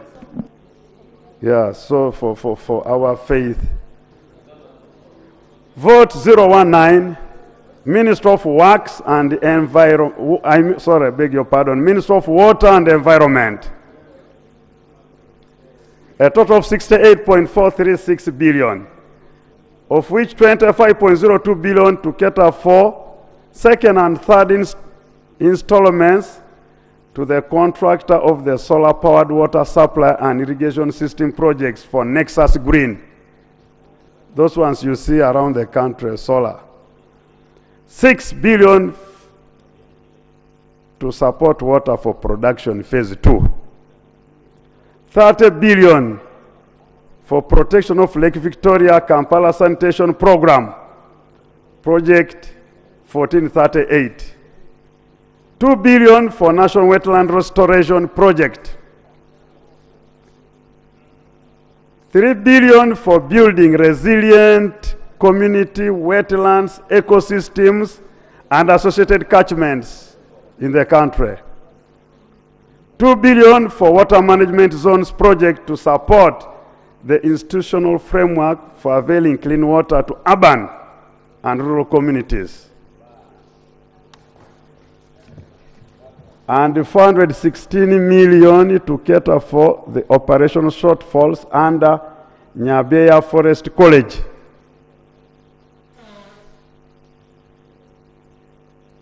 Vote Vote 020, Minister of ICT National Guidance. The committee recommends approval of 47.333 billion to Minister of ICT and National Guidance to cater for a subvention of non-wage for Uganda Institute for ICT and ICT Innovation Program and Business Process Outsourcing. And another 24.833 billion, I beg your pardon. The total money is 47.33 billion, of which 22,449 is for ICT Institute and 24.833 is for Uganda Broadcasting Corporation. Vote 022, Tourism, Wildlife and Heritage. Procedure. Yes. Right Honourable Speaker, unless there is a dispute somewhere in what the chairman of the committee is reading, I would propose that Mr. Chairman would read for us, summarize for us the figure that's required so that we can go to supply. Seconded. Abed. But we'll first listen to the minority. Yes. Yes. You're seconding. So, Chairman, you'll give us, we will go to supply. Let's first listen to the minority. As I said before, your figures, your report is informative. Kindly switch on. Let's listen. Thank you, Right Honorable. I agree with what member is saying. The summary is for 3%. We therefore have everything uploaded. The recommendations are there. So let's go to the and members minority. have the detail. Yes. So I respect the motion, and I therefore would like to conclude. Yes. Right Honorable Speaker and Honorable members, by requesting that the House approves supplementary expenditure schedule 1 for 23-24, totaling 3,492,924,000,000 shillings. The source of funding is NTR, domestic borrowing, external financing, and therefore the breakdown gives us 3% is 1.5 trillion and the one above 3% is 1.9 trillion. So I beg to move. Thank you. Honorable Chivumbi.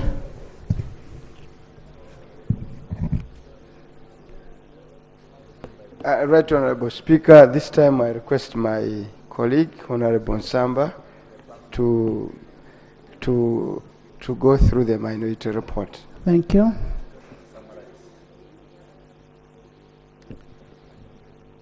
Madam Speaker and honorable members, I want to thank you. You saw me here trying to raise points of procedure because I saw the chairperson changing in line with what the minority report was advising this House on.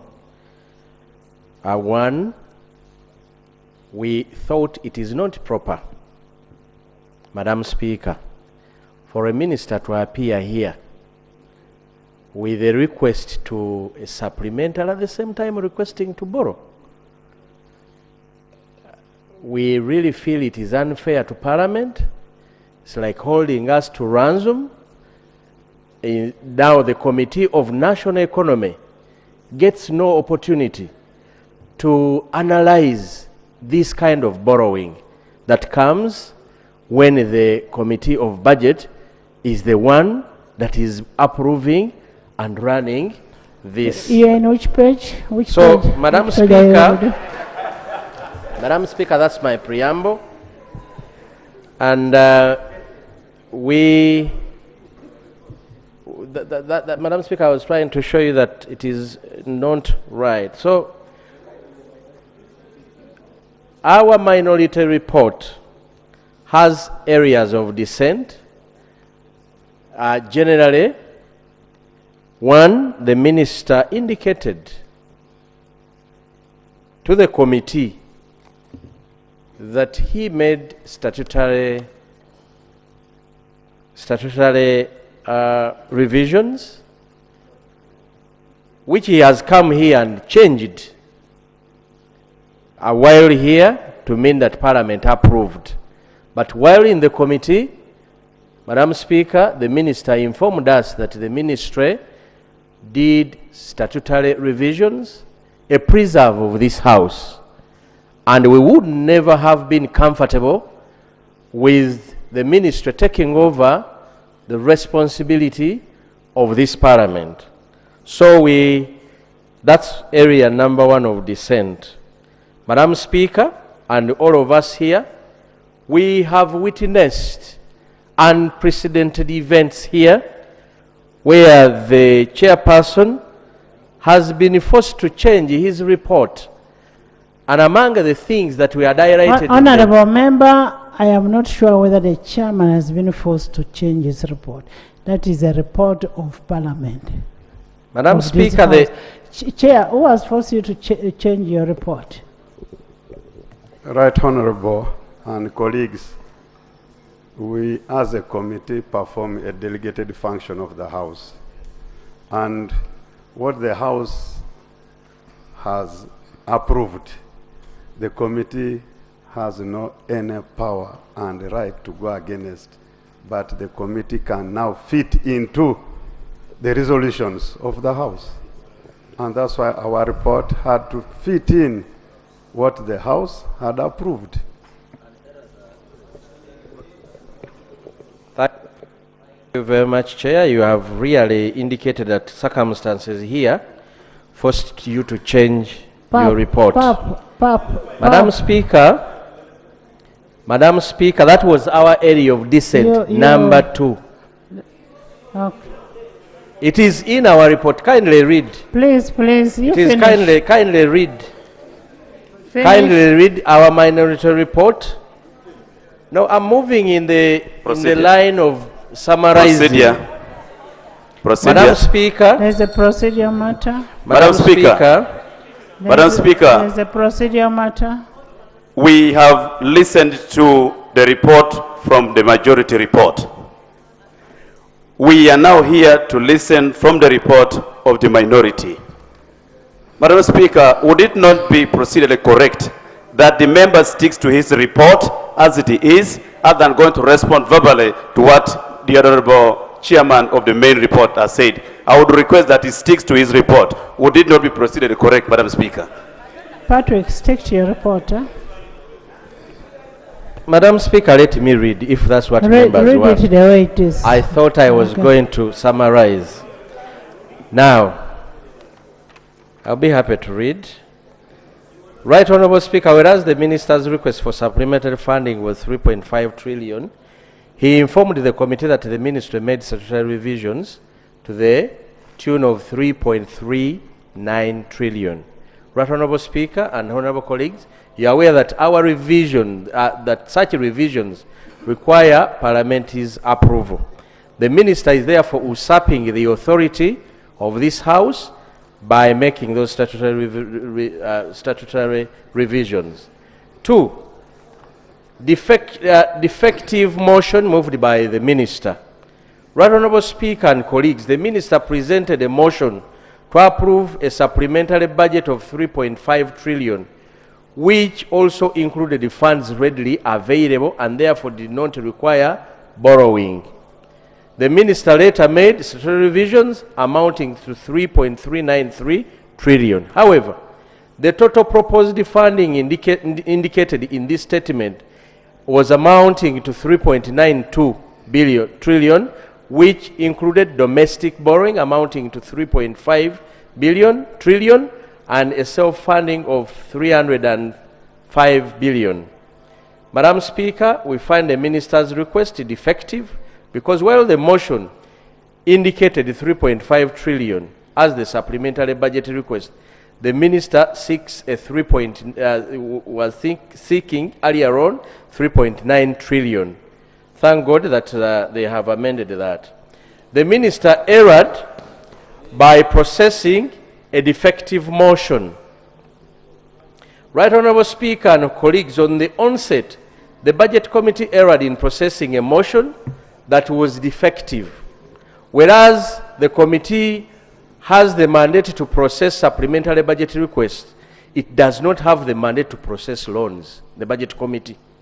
This mandate of approving loans is with the purview of the Committee of National Economy, not Budget Committee. Right, Honorable Speaker, we find the minister's request irregular, as he should have prepared before this Parliament with appeared before this Parliament with a request for a loan for subsequent processing by the Budget Committee. Madam Speaker, spending money in anticipation of the parliamentary approval, from the minister's submission, Right Honorable Speaker, we note that he is seeking approval of Parliament for funds that have already been spent under 3% threshold as required by the PFMA. This already implies that funds being sought to be borrowed have already been spent, yet the minister includes the same funds he's looking forward to borrow. You can note that 1.5 trillion is already spent, but when the minister is coming for request, he's requesting for 3.5. He would have requested for 1.9. This tantamount spending in anticipation so that this Honorable House ritually rubber stamps an irregularity and should outrightly be discouraged. Distortions of budgeting process. Right Honorable Speaker, we have severally emphasized in our alternative policy direction the need to respect the budgeting process. Sadly, Right Honorable Speaker, it has become a norm that the executive presents this Honorable House supplementary budget requests including items that were rejected by Parliament during the budgeting process. They are requests that have consistently featured. There are requests that consistently feature in the supplementary budgets. Only for example, every supplementary has deemed energy, Chira Motors, Presidential Banana Initiative on Industrial Development, Lubowa Hospital, COVIDEX, and among others. There are so many. In the same vein, Right Honorable Speaker. What's wrong with the COVIDEX? Didn't it save you from COVID? Madam Speaker, I will not go that late. Right Honorable Speaker, there are other critical entities that missed allocation for funding when we were doing budgeting, yet we thought they were very critical.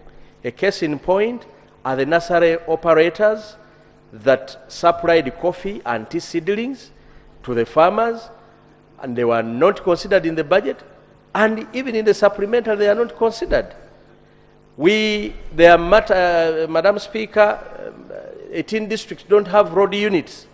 We expected probably at this level that probably they would be catered for. They were not. We are concerned that the supplementary budgets are continuously being used as conduits for misuse of taxpayers' money. Madam Speaker, there is a vote 002 that always consumes the biggest part of the supplementaries. It's always appearing on the supplementaries. It was allocated 421 billion in the budget. It was another 100 billion was given extra. It's now seeking another 197 billion, and that is State House, just on half-year mark of the financial year. It should be noted, Madam Speaker, that last year, the same vote 002, State House, used 913 billion on average, approximately about 3 billions per day. Right Honorable Speaker, as I conclude, it has been held in this Parliament before that supplementary budget, Madam Speaker, by extension, it's a physical indiscipline derail the budgetary process. Honorable Musasi here is on record to have committed himself to this House, Madam Speaker, that that government is applying itself more to legality, will apply for more on legality in the future should the appetite to borrow or misappropriate public funds occur. For us as a parliament to endorse already expended funds and borrowing that is irresponsible in motive, it is itself illegal as it offends Article 156 of the Constitution of the Republic of Uganda, which is the primary basis for supplementary appropriation. Since we are alive to clause 2 of which provides for fidelity of budget requests made in supplement, the writing is on the wall that the business before us should be stayed, Madam Speaker. There is no reason why we hurry. When requests of that nature are entertained on the floor of Parliament, it only serves to show the public that we are aiding the sanitization of impunity. To this end, Right Honourable Speaker, we implore the Parliament to disengage itself from endorsing the facility before us for approval altogether as it renders us a rubber stamp to indiscipline. Thank you very much. Thank you. Thank you. Dr. Honorable Minister, there's a commitment I want to get from you on the issue of the nursery, coffee nursery operators. Please, we need a commitment that it is going to appear in the budget framework paper. Right Honourable Speaker. Yes. Right Honourable Speaker, the Minister of Finance. Honourable members, we need to finish. Me and Lope has gone. Yes. We are going for a mass. Yes, Right Honourable Speaker, the Minister of Finance committed on the floor of Parliament that in the 2 years, 2023, 24, and the coming year, these nursery operators will be paid. He has not provided in the budget, in the supplementary. So, Right Honourable Speaker, you have guided well that he should commit on the floor of Parliament. When are you paying the national operators? It has destroyed their businesses. Banks are taking their properties. We need a commitment that you're going to put it in the budget framework paper. That's one. 2, we also need a commitment that you're going to give the 33 billion shillings for the circle, parliamentary circle. The money, the land which has been taken by government, these members want their money. We are suffering from liquidity because government is holding members' money. Let me first, let the old man first answer that.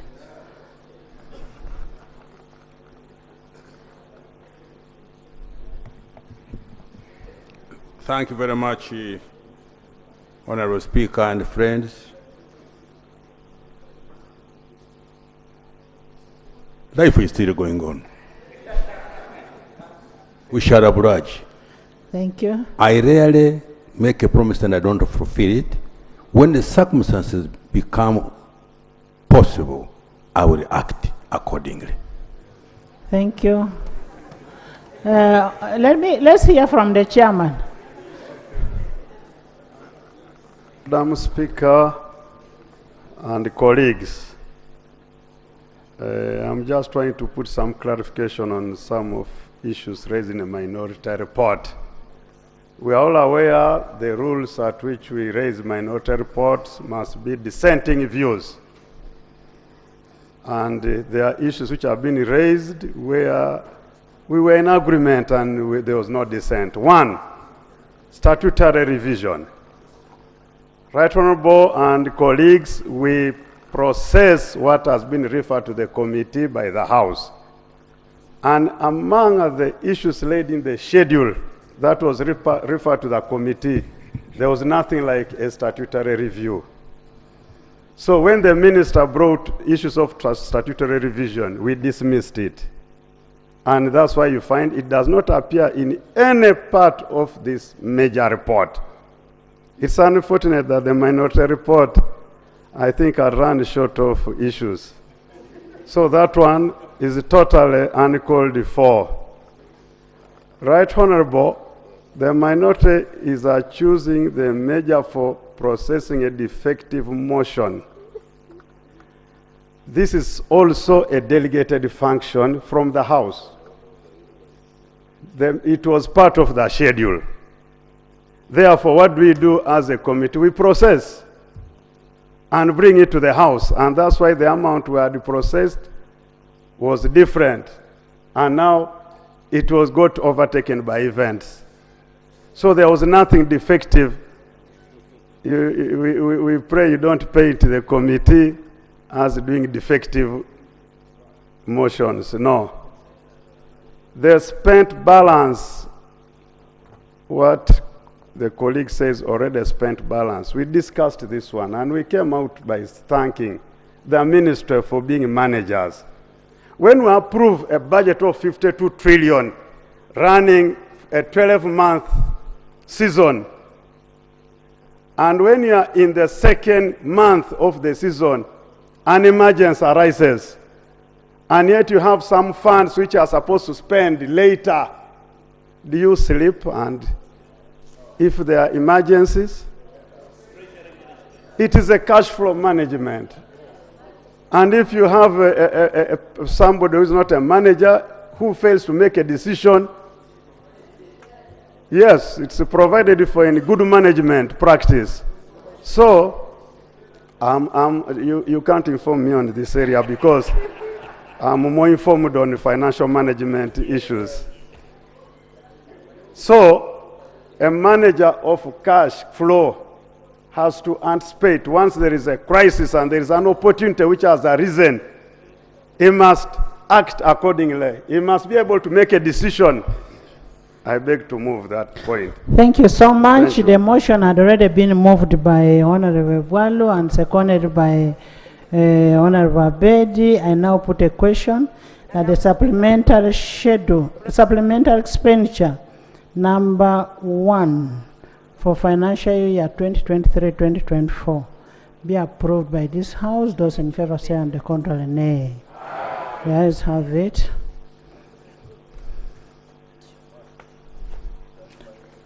Motion.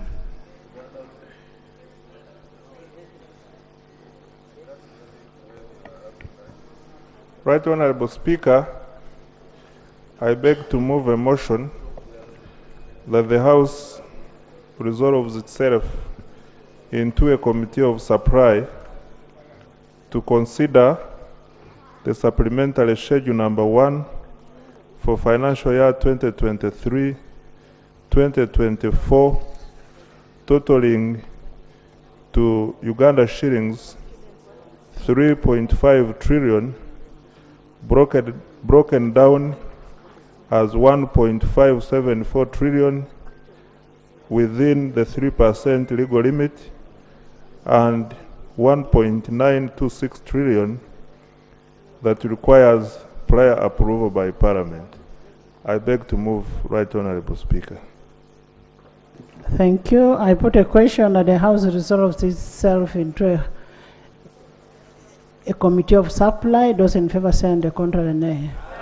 The ayes have it. Committee of Supply.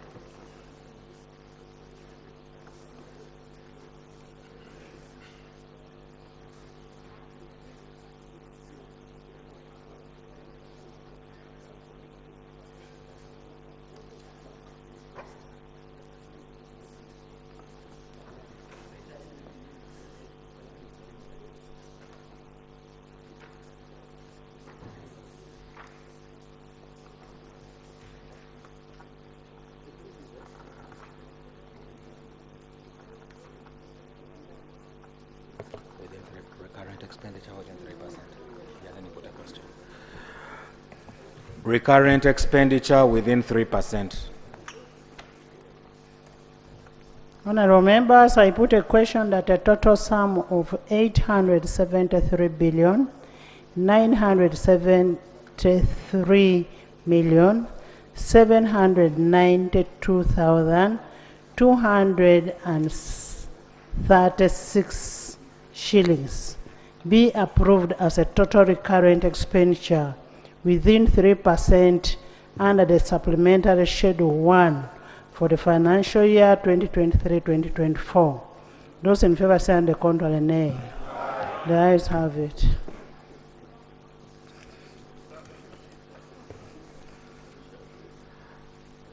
Development expenditure within 3%.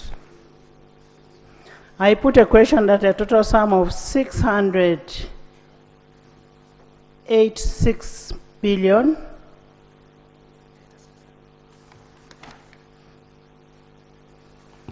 I put a question that 686 billion 783 million 399,493 shillings be approved as a total development expenditure within 3% under the supplementary schedule 1 for the financial year 2023-2024. Those in favor say on the contrary, nay. The ayes have it. Recurrent expenditure above 3%. I put a question that the total sum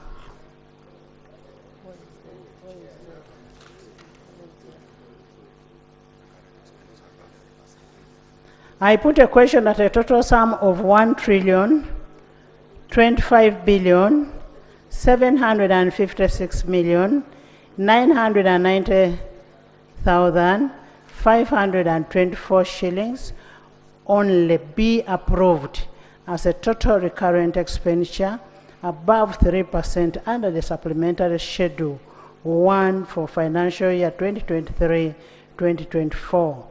Those in favor say on the contrary, nay. The ayes have it. Development expenditure above 3%. I put a question that a total sum of 906 billion 410 million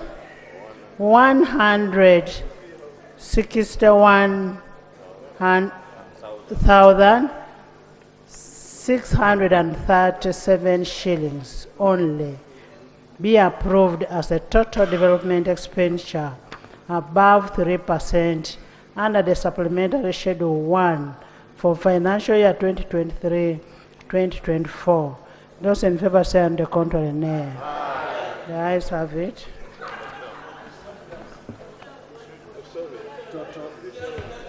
Total for supplementary expenditure schedule number 1. When I'm dealing with the figures, I don't see.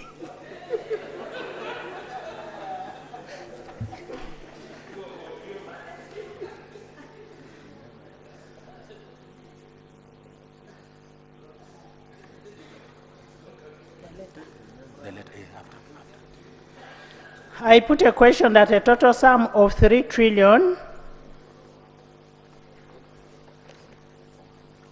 492 billion 924 million 343,890 shillings only be approved as a grand total of the supplementary expenditure schedule number 1 for financial year 2023-2024. Those in favor say aye. The contrary, nay. The ayes have it. Motion for resumption of the House. Honorable Minister.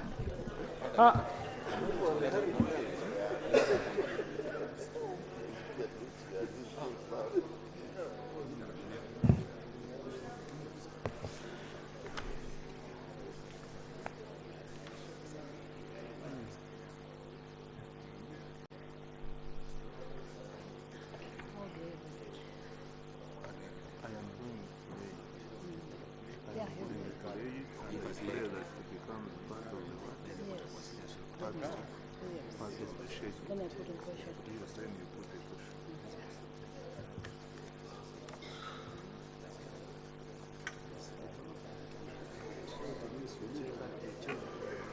No.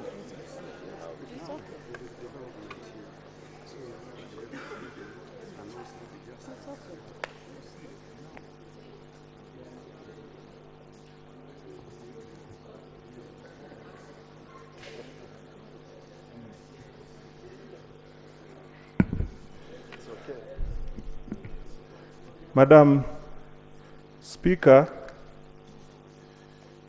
through my senior minister, who is here with us this evening, we have written to you a letter proposing some movements, and with this new information, which I beg to lay on table, and I also pray that this letter becomes part of the schedule. I beg to move.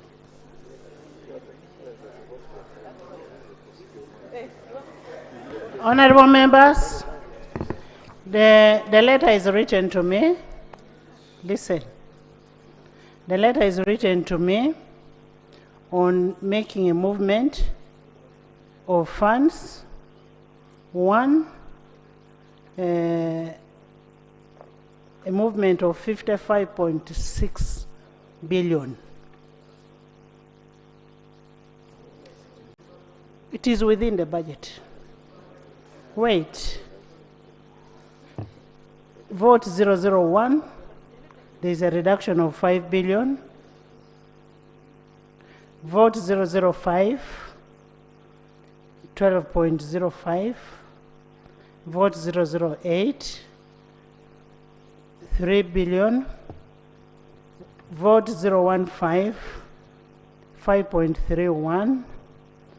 Vote 016 is getting 20 billion for construction for AFCON.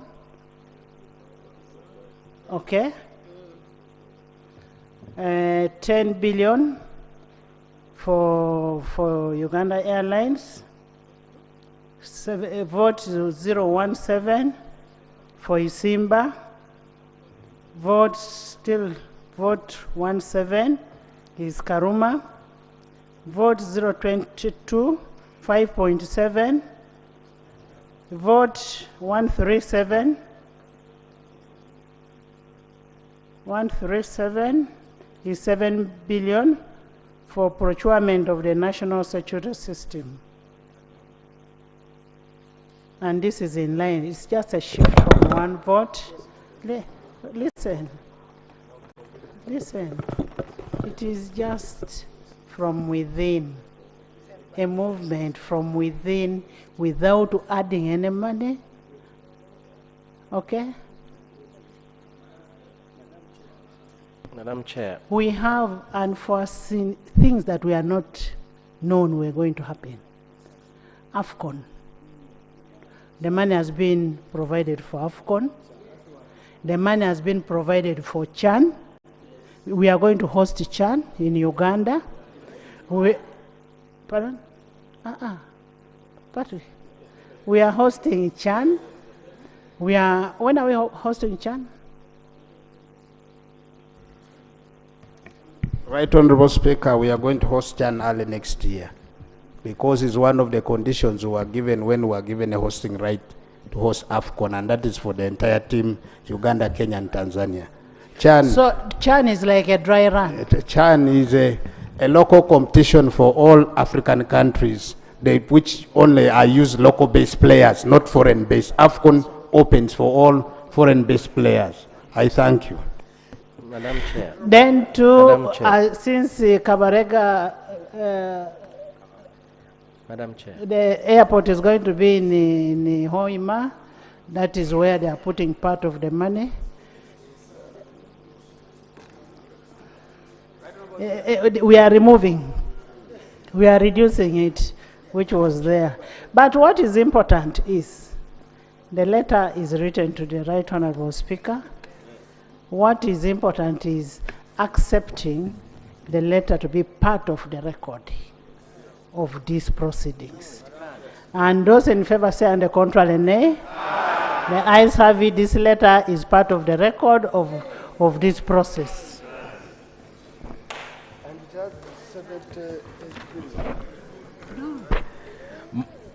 Motion for resumption of the House. Honorable Minister. Right Honorable Chair, I beg to move that the House do resume and the Committee of Supply reports thereto. I put a question that the House resumes and the Committee of the whole House reports thereto. Those in favor say and the contrary nay. The ayes have it.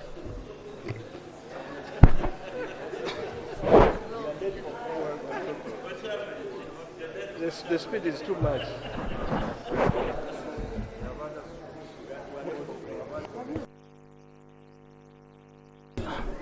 Report of the Committee of Supply. Honorable Minister. Madam Speaker, I beg to report that the Committee of Supply has considered the supplementary schedule number 1 for financial year 2023-2024 and passed it with amendments. Motion for adoption of the report of the Committee of Supply. Honorable Minister. Madam Speaker, I beg to move a motion that the report from the Committee of Supply be adopted. I put a question that the House adopts a report of the Committee of Supply together with a letter written to the Speaker forming a record of the House. Those in favor say and the contrary nay. The ayes have it. Honorable members, I want to thank you for today, and I want to adjourn the House. First, my old man wants to thank. Thank you, Right Honorable and colleagues. What I want to say, this was referred to the committee last week on the 30th, and the committee did work marathon and produce a report record time. I would therefore like sincerely to thank my colleagues in the committee, the staff, technical staff of the committee, the independents on the House, and the Honorable Shabe for his participation and raising important issues. I thank everybody, the House, and also the Minister of Finance and your staff. We thank you for your involvement, because Finance was with us full time up to midnight last night. Thank you. Thank you, everybody. Honorable members, once more, even if he doesn't thank me, you get up and thank me. Let me take this opportunity to thank you and remind colleagues that she's my woman, Member of Parliament for Bukedia District. She's also my voter. She's also my daughter. She has also given us twins. And I take this opportunity also to thank the sharpshooter, Honorable Magogo. Thank you very much.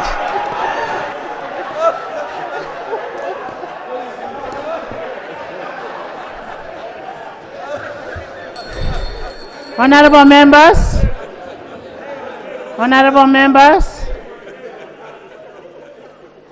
I want to thank the Committee of Finance, of Budget, for the good work you've done.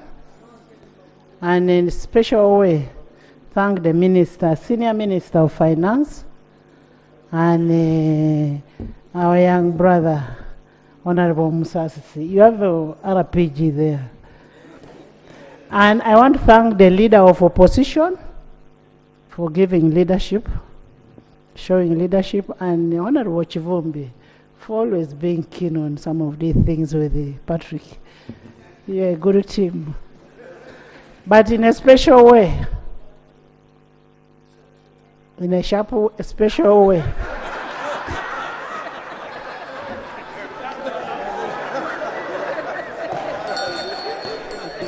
In a special way, I want to thank the President.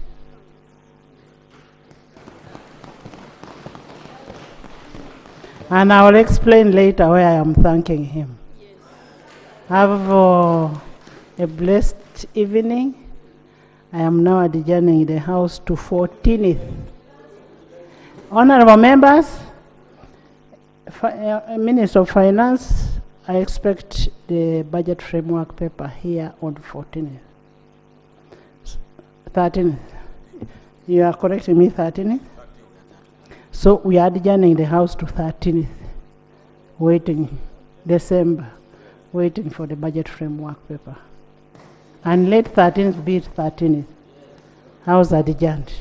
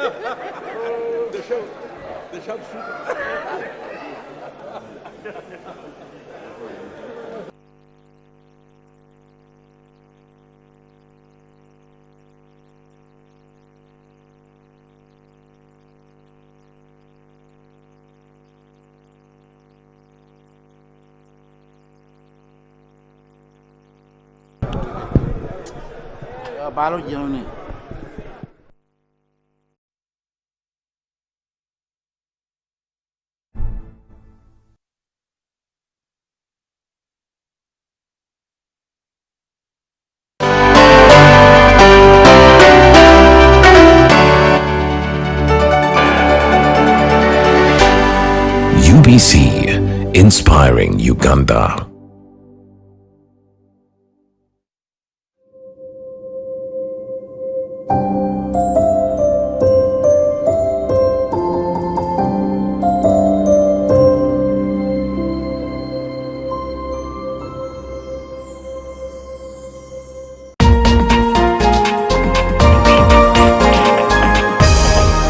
This week on UBC.